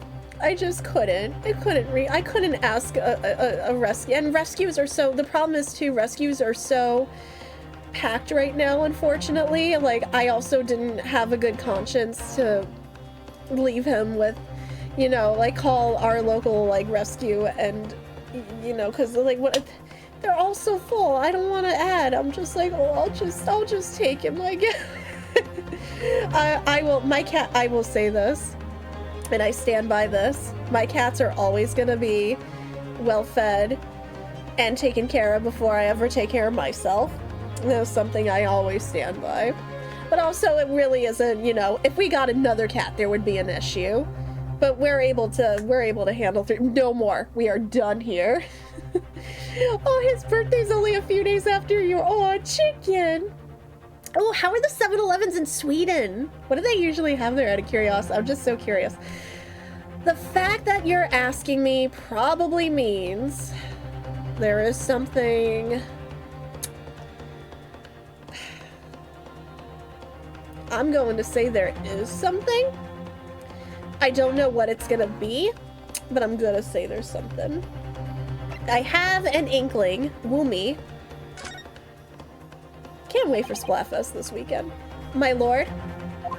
Yes, counsel? There is one further inconsistency. A mark that surely could not have been present at the start of the trial. What? What in the devil's name are you gonna say now? If you dare to betray me, you little maggot, you'd better start watching your back. Silence, McGilded. The court awaits the defense clarification. Ugh. This trial keeps swinging one way and then the other. I have no idea what's the truth and what's deception. What am I supposed to believe here? I shall have to ask you to elaborate, counsel. I don't think it's a new omnibus. It's just that somebody went into it while the room was evacuated earlier. Okami, no more JT. Hides the fact that he 5 cats in a trench coat. That just sounds like some Gravity Falls. I don't know what there. Instead of gnomes, it's just cats. I'm all for it. If I had the money, oh man, if I had the money, I can't tell you. We'd be in trouble, because I'd have more rescues, and I'd be in trouble. But we don't. Where exactly is this alleged mark that you claim appeared at some point during the trial? But man, you know, if I can't have kids down the line, I'm just getting more cats. Or a small pupper. I want a dog so bad, but one, it has to be small because of the guinea pigs. And 2, also because of the size of our house. And because Deku doesn't like big dogs. But I do not have the funds for that currently. I mean, what, the blood stain on the floor? Or the blood stain in the skylight is my thing. No, we just have a poster at Paris. No, it's not Paris, it's London. I don't know why I thought it was Paris. Yeah, exactly, twin. Like that, just a small pupper. Like, I really wanted to adopt that one pupper a while back, who had the, but he just had, the Maltese, but he had a heart murmur, and potentially down the line it could have led to, it may or may not have led to vet bills, because you have to keep an eye on those, because, you know, they could be nothing, they could be something down the line, and even in my heart, I was like, if it's something big, how am I gonna afford that? I can't. We have a small pupper, but he thinks he's very big. And then big puppers who think they're really small and try to fit in everything. It's always the opposite, right?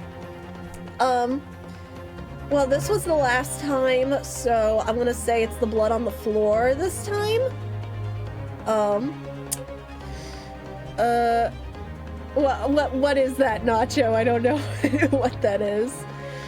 I don't even know if this is fresh blood or not, but I'm going with this because we already pointed out the blood on, I feel like pointing that out twice isn't the right answer, and this is the only thing I could think of. Got it! They're more like full-on convenience stores, like with sandwich counters. Ooh, are they kind of like the sandwich counters at, like, you know, a Sheetz or a Wawa? It's a bisexual trial because it swings both ways. Hey, you know it. If we consider the victim fell through the skylight onto the floor of the cabin, you would certainly expect to find signs of blood where he landed. But as far as I recall, this blood stain on the cabin floor was not there when the omnibus was first brought into the courtroom. Paris is my favorite city in England, calling me out. Yours is all no bite. She thinks she's brave and then turns tail and run. Oh, baby's trying. I do believe you're correct, counsel. See, Gizmo still thinks he's as small as the day we brought him home. So he tries to fit in spaces with Luna. He just can't fit anymore. And we're like, baby, you're sitting on top of her. You're not that small anymore. He's small. Like he's smaller than what he should be. But he's obviously because he was so malnourished when we found him. But he's not like teeny tiny no more. Well said. It's a game where you're placed in a random location on the earth and Google Street View and have to guess where you are. Oh, good God, no. Although as advocate for the defense, one might say that was a very careless slip of the tongue. Oh, Rob, I gotta take you to a Sheetz. Man, come over, Rob. Do you just want to go to a Sheetz? I believe the blood stain on the floor is a decisive piece of evidence. Yeah, Sheets and Wawa or 7-Eleven, if they actually had a budget, is extremely accurate. But if the question is whether that evidence is genuine or whether it was unlawfully fabricated by someone, I feel compelled to admit that there's at least a possibility. Oh, the bark. I had a feeling it was the bark.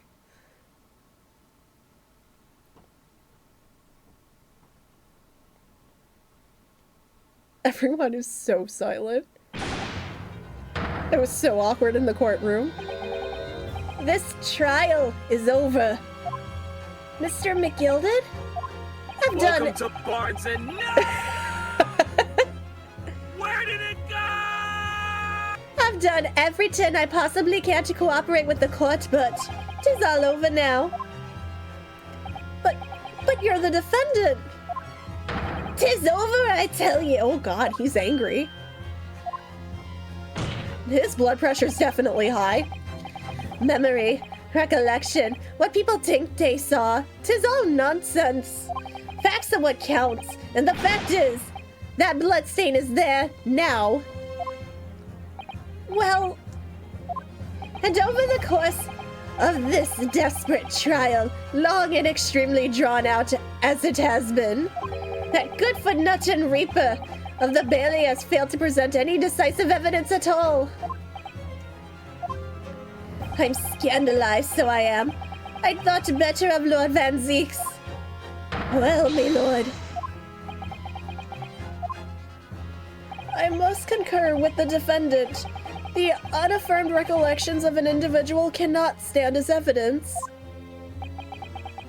At this moment in time, the particular bloodstain in question is very much in existence. And in the absence of any credible method by which to prove its alleged previous non-existence, I regret to say that it would be improper for this trial to continue. Your lordship can't be serious. Lord Van Zeeks, what is your position? The prosecution, my lord, has no further witnesses or evidence to present. Very well. In that case, as I believe we have explored every possible avenue in this matter, I shall proceed to my adjudication. As a formality, I am, of course, obliged to confirm with the defense first. What formality? As things stand at the moment, it would seem that Mr. McGilded will be found not guilty. Yes. Which would mean we've won. Is that really the right outcome here? Is it really all right for the trial to come to an end now, with all these unexplained inconsistencies? Counsel for the defense, your closing statement, please.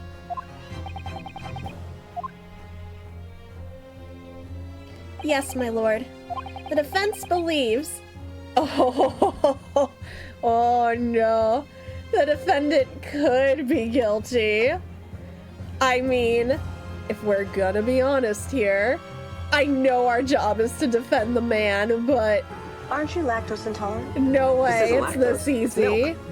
No hecking fucking way is it this easy. Yeah, you did your job, but are you gonna feel... Is your conscience gonna feel okay at the end of the day? I don't think my Jiminy Cricket's gonna feel well at the end of the day. Salami. I've been to a Wawa, but not a Sheets. Wawa's still hecking good, but you definitely want to try a Sheets at some point if you can. Letter of the law, spirit of the law. The thing is, if there's still the possibility that he's guilty and you're letting a murderer walk free, would Kazuma be okay? We need to, what would Kazuma want us to do? I think Kazuma would want us to know what really happened. I don't want Jiminy Cricket to be disappointed in me either. I am here in this courtroom today to advocate for the defense of my client, Mr. McGilded. However, at this moment in time, I cannot in all good conscience attest fully to the defendant's innocence. What are you saying, man?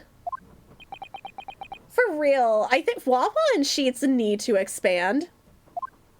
Without any question, there is no conclusive evidence to prove that the defendant is guilty. However, there is also no conclusive evidence to prove that he is innocent. Good. Good gracious. He was like, wait, what? Order. This is unprecedented behavior, counsel. A defense lawyer calling the accused's innocence into question. Are you of sound mind? I'm very hecking sound.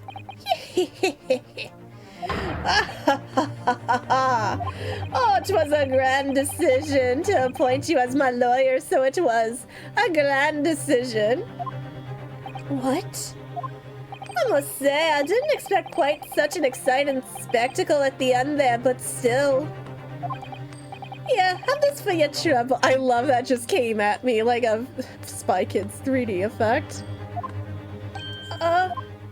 Your job here is done, fella. It's some fine work you've done, just so you have. What do you mean? 'Tis just as the right honorable gentleman so succinctly put it afore. This trial can't go on anymore. Scrooge McDuck. This is like the anti-Scrooge McDuck. And to close its statement there was, how did he put it now? Nothing more than a formality.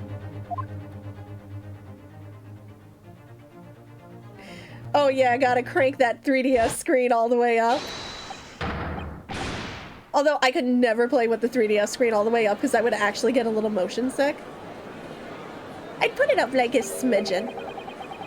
I really don't know what to make of all this.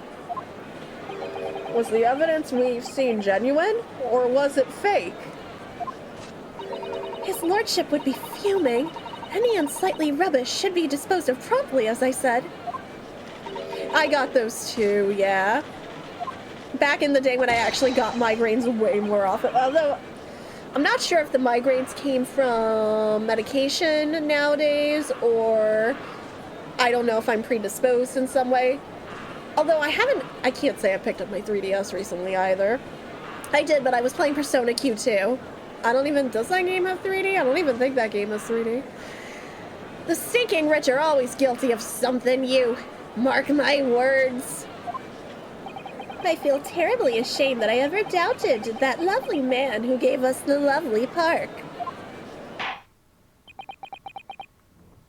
Now that proceedings have unfolded in this way, I am compelled to declare a premature end to this trial. Furthermore, crap, did I mess up? The court must accept the defendant's plea. Wait, did I mess up? I thank you kindly, my lord. Did I mess up? I hereby pronounce the verdict of this court. Objection! Oh, crap. But we still haven't determined if the bloodstain in the omnibus is genuine or not. We don't know if these witnesses are telling the truth or a pack of lies. We have no idea about the truth. Lord Van Seeks, my lord, the case made by the prosecution was flawed, plain and simple. If indeed the omnibus presented as evidence was tampered with, the prosecution is at fault for allowing such a disgraceful perversion of justice to take place. My sincerest apologies, my lord. Objection! But wait! When we were evacuated from the courtroom, Lord Van Seeks ordered the evidence to be secured. I'm afraid the prosecution cannot shun responsibility in this matter. That's so unfair! No, I agree. He did call for it to be protected, so why is he in trouble? The culpability of the defendant has not, at the present time, been established by this court. Consequently, the jury will not be required to prefer judgment. What? Well, Lord Van Zeeks, it's been a pleasure, so it has. And as for you, my dear fella, I couldn't have asked for a better defense. Do you mean to tell me this has all been a grand waste of time? 'Tis the law of the land, my good man. If you'd like to pursue this matter further, you can always go ahead and try to change the law. Magnus McGilded. Good grief, you've more to say to me, have ye? Just one thing. A warning. This is far from over. Well, something to looking forward to then. Yeah, he's so totally guilty, isn't he? I hereby pronounce the defendant, Mr. Magnus McGilded. Frick, did I mess up? Or is this supposed to happen? I don't feel good about it. I feel the opposite. I think I just let a murderer walk free.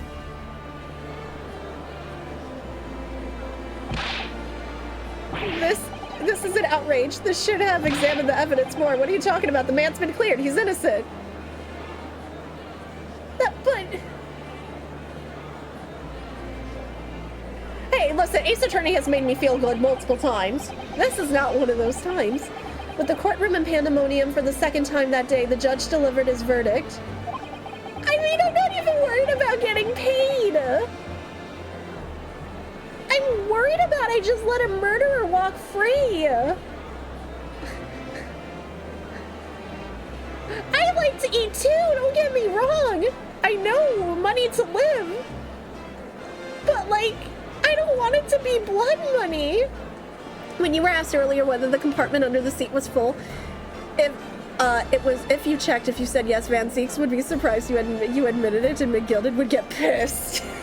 I love it. It kind of rhymes with madness. It's not even his name. I did lawyer aggressively. It was our first case. We had to be pretty aggressive, especially with Van Zeeks, but like, I don't care. What do you mean? I care if he murdered. He shouldn't be free if he murdered.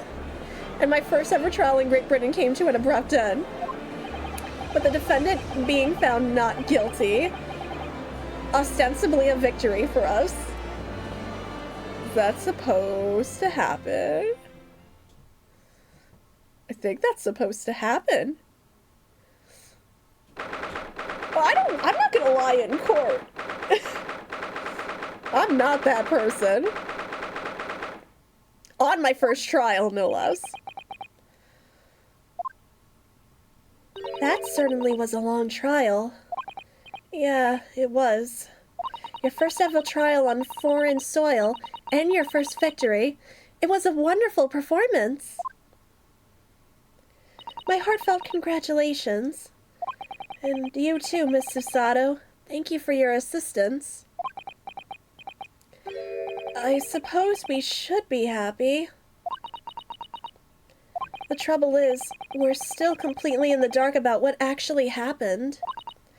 Well, we didn't have enough time. But isn't it wrong? I mean, who was actually responsible for Mr. Mason's death? We don't even know that. The sole aim of the defense is to obtain a verdict that exonerates the defendant.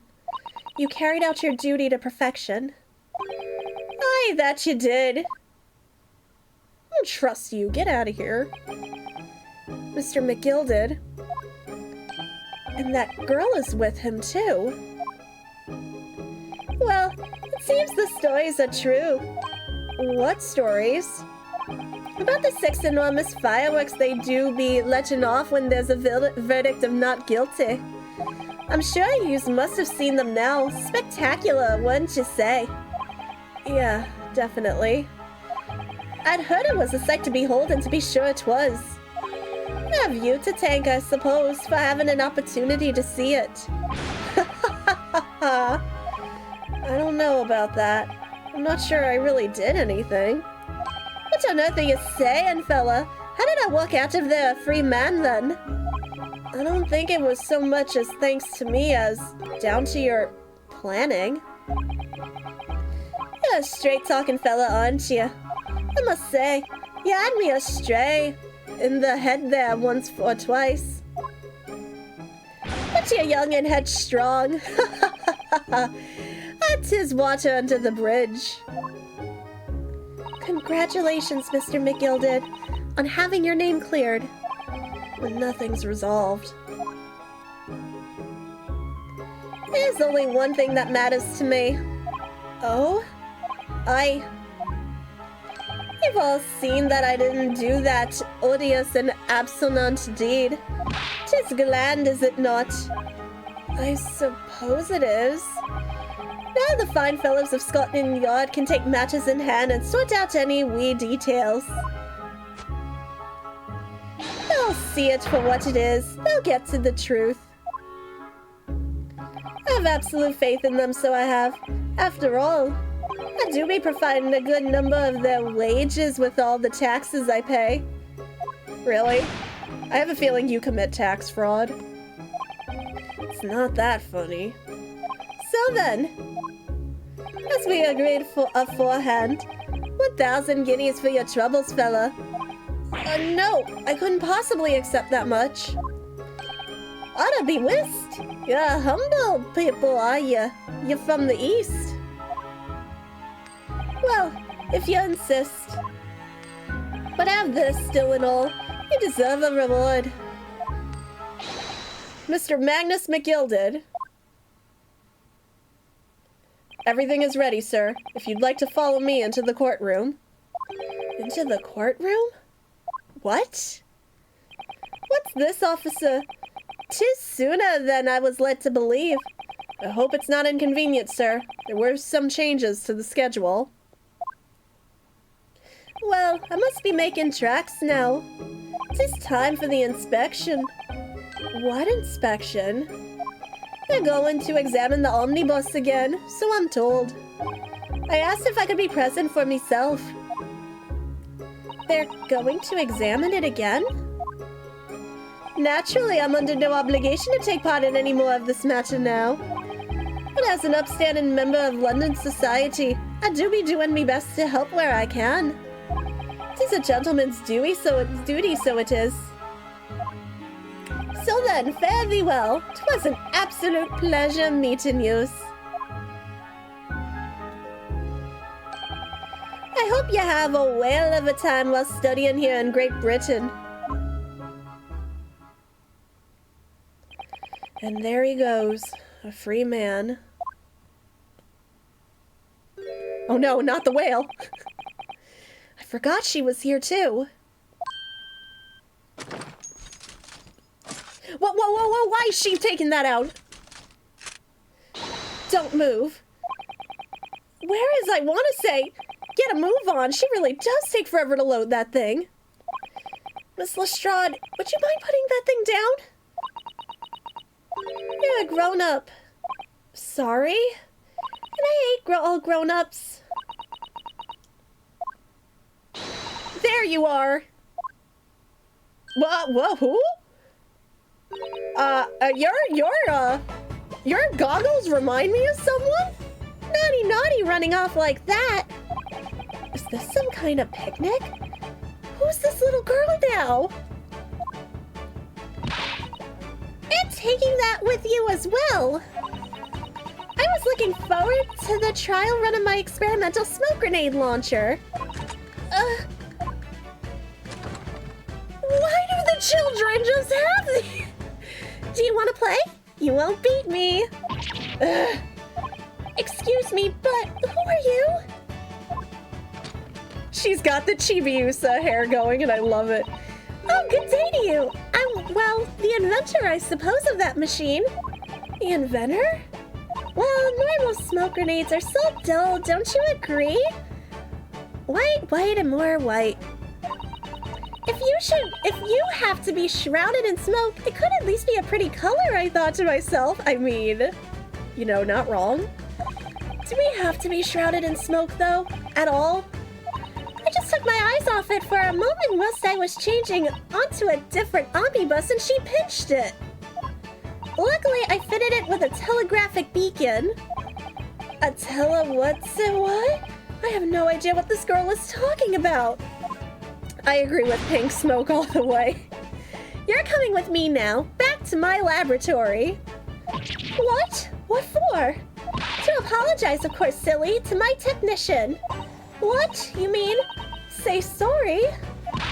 You must say sorry when you've done something wrong. Surely an adult has told you that before. An adult? I don't listen to no adult. She's got some kids next door vibes. She's a member of K&D, isn't she? Come along then. Follow me. Fine. Have it your way.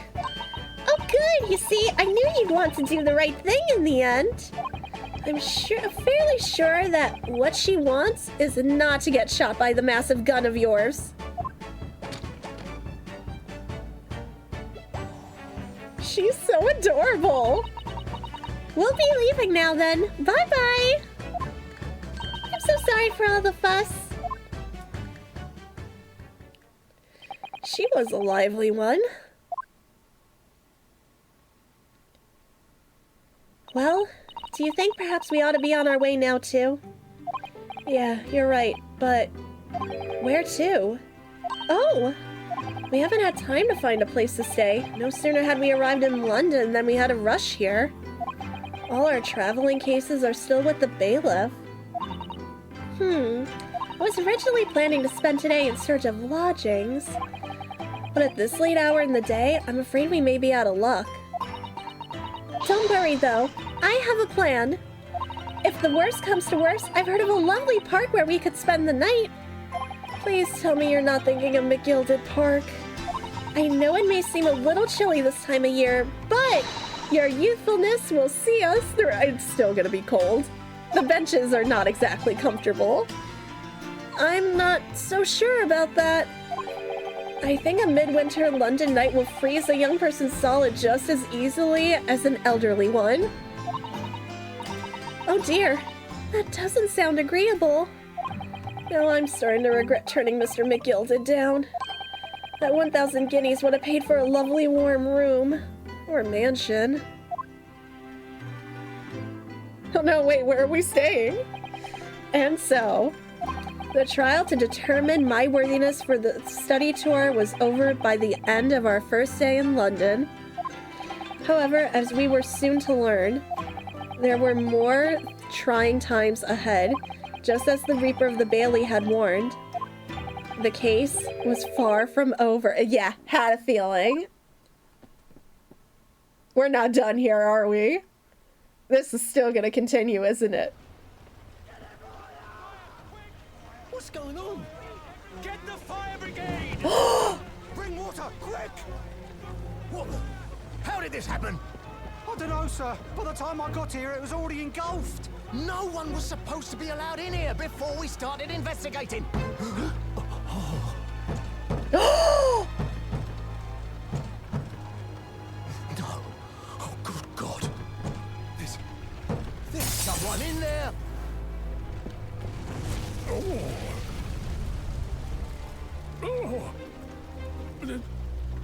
This can't be.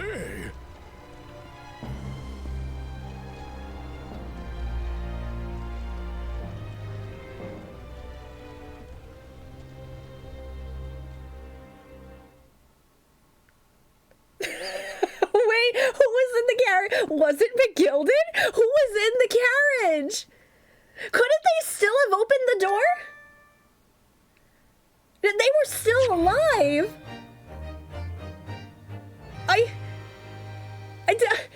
Huh? Huh? I know we're ending, but huh? What? Wait, I have so many questions that are clearly not going to be answered right now. A body has been discovered. Well, after a certain amount of time, which you may use however you like, the class trial will begin. For one, how was something set on fire? Just casually set on fire in the courtroom? Like, who did that? Did nobody think to stop the person? Was there like some kind of fluid or something in the omnibus that was just like easily like flammable?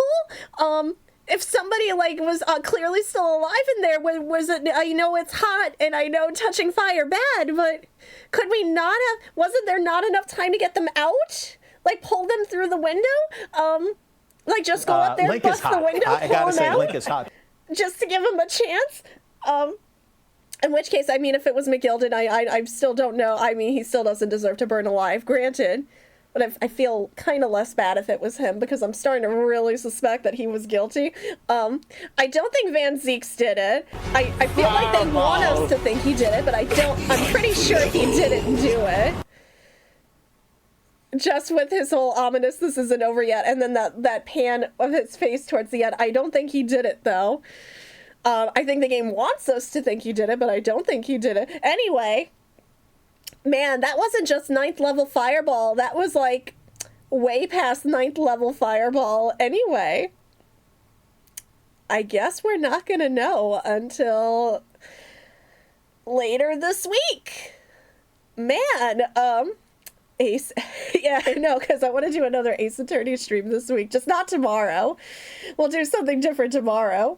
So we could probably go back to this, I'm thinking, if we want to go back to this Wednesday, yeah, I kind of want to do, I don't know what we're going to do tomorrow, because like I said, I don't know if we're still I don't know if people still want to watch 10-2 and Xenoblade 3, so I don't know if maybe while I'm still kind of judging, if maybe we'll do like a little one-off tomorrow, like the murder of Sonic the Hedgehog I've still been wanting to stream, so I don't know if we'll do something like different tomorrow. If I do stream tomorrow, we'll do something different. I just don't know what. I know I still have to do the Kid Pick stream from the birthday stream. I still have to do that. I know that's on the...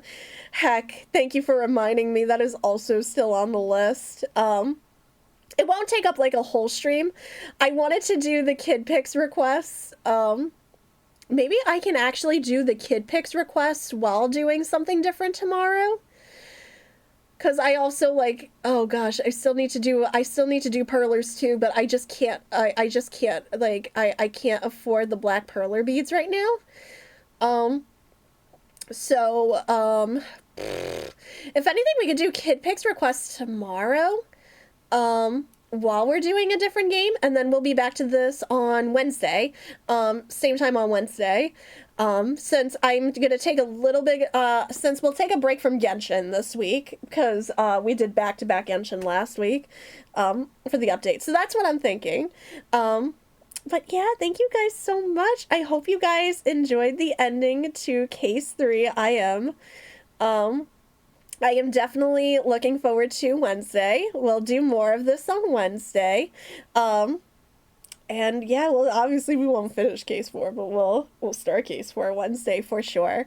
And then I'll figure out what we're doing Thursday. So I'll figure that out. I still have to feel out Final Fantasy and Xenoblade. I don't know. Maybe I'll put up a poll. I don't know. I know right now on the dock in terms of points, I think Little Inferno is in the lead. Which is kind of a short game too. But yeah, I'll let you guys know. Thank you. Thank you so much for hanging out. I hope you had fun. I hope this made your night relaxing. I was pretty like I said, I was pretty bummed before stream, so this was just nice to get my mind off things for a little while. So I hope you guys enjoyed. Yes, Layden is in a very close second place. So Little Inferno's in first place. Layden is in second. I know there's been interest in Layden, so I would like to get to that too at some point. And I know JT kind of wants to do a Final Girl stream whenever JT would like to do that. So, yeah.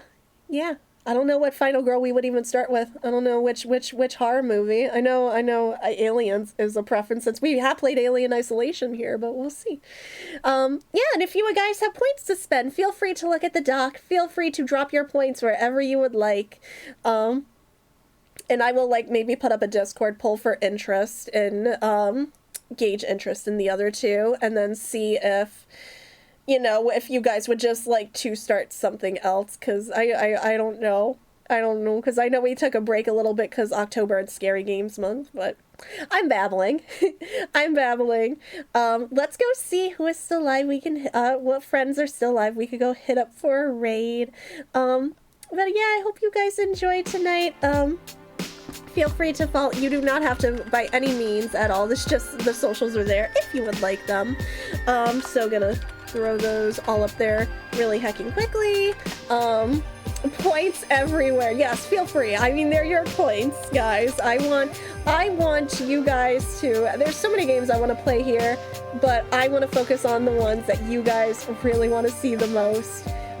So if there's something you want to hold on to as well, if you want to hold on to your points for anything, feel free. You do not have to spend them right away. I am currently pulling up the tabs really quick to see who is still alive. Okay, back to Twitch. There we go. Can I get... I'm sorry. Look, Tylanos, I'm not saying... You do so much for me. I would do anything for you. What do you plan to do with all of those? What do you plan to do with all of those points? I have to... I have to ask, would y'all actually, hold on, I see there is a little bit of a, there's a, oh, hold on, is Mantle ending? Because I saw that, no, I think Mantle's still going. Mantle's actually raising money right now, to fight hunger. So I did not realize I did not realize they were doing a charity stream. I also haven't seen Mantle on the bed. Unless Mantle's ending. I hope Mantle's not ending. But otherwise, I will send you guys over there because hi, charity stream, absolutely.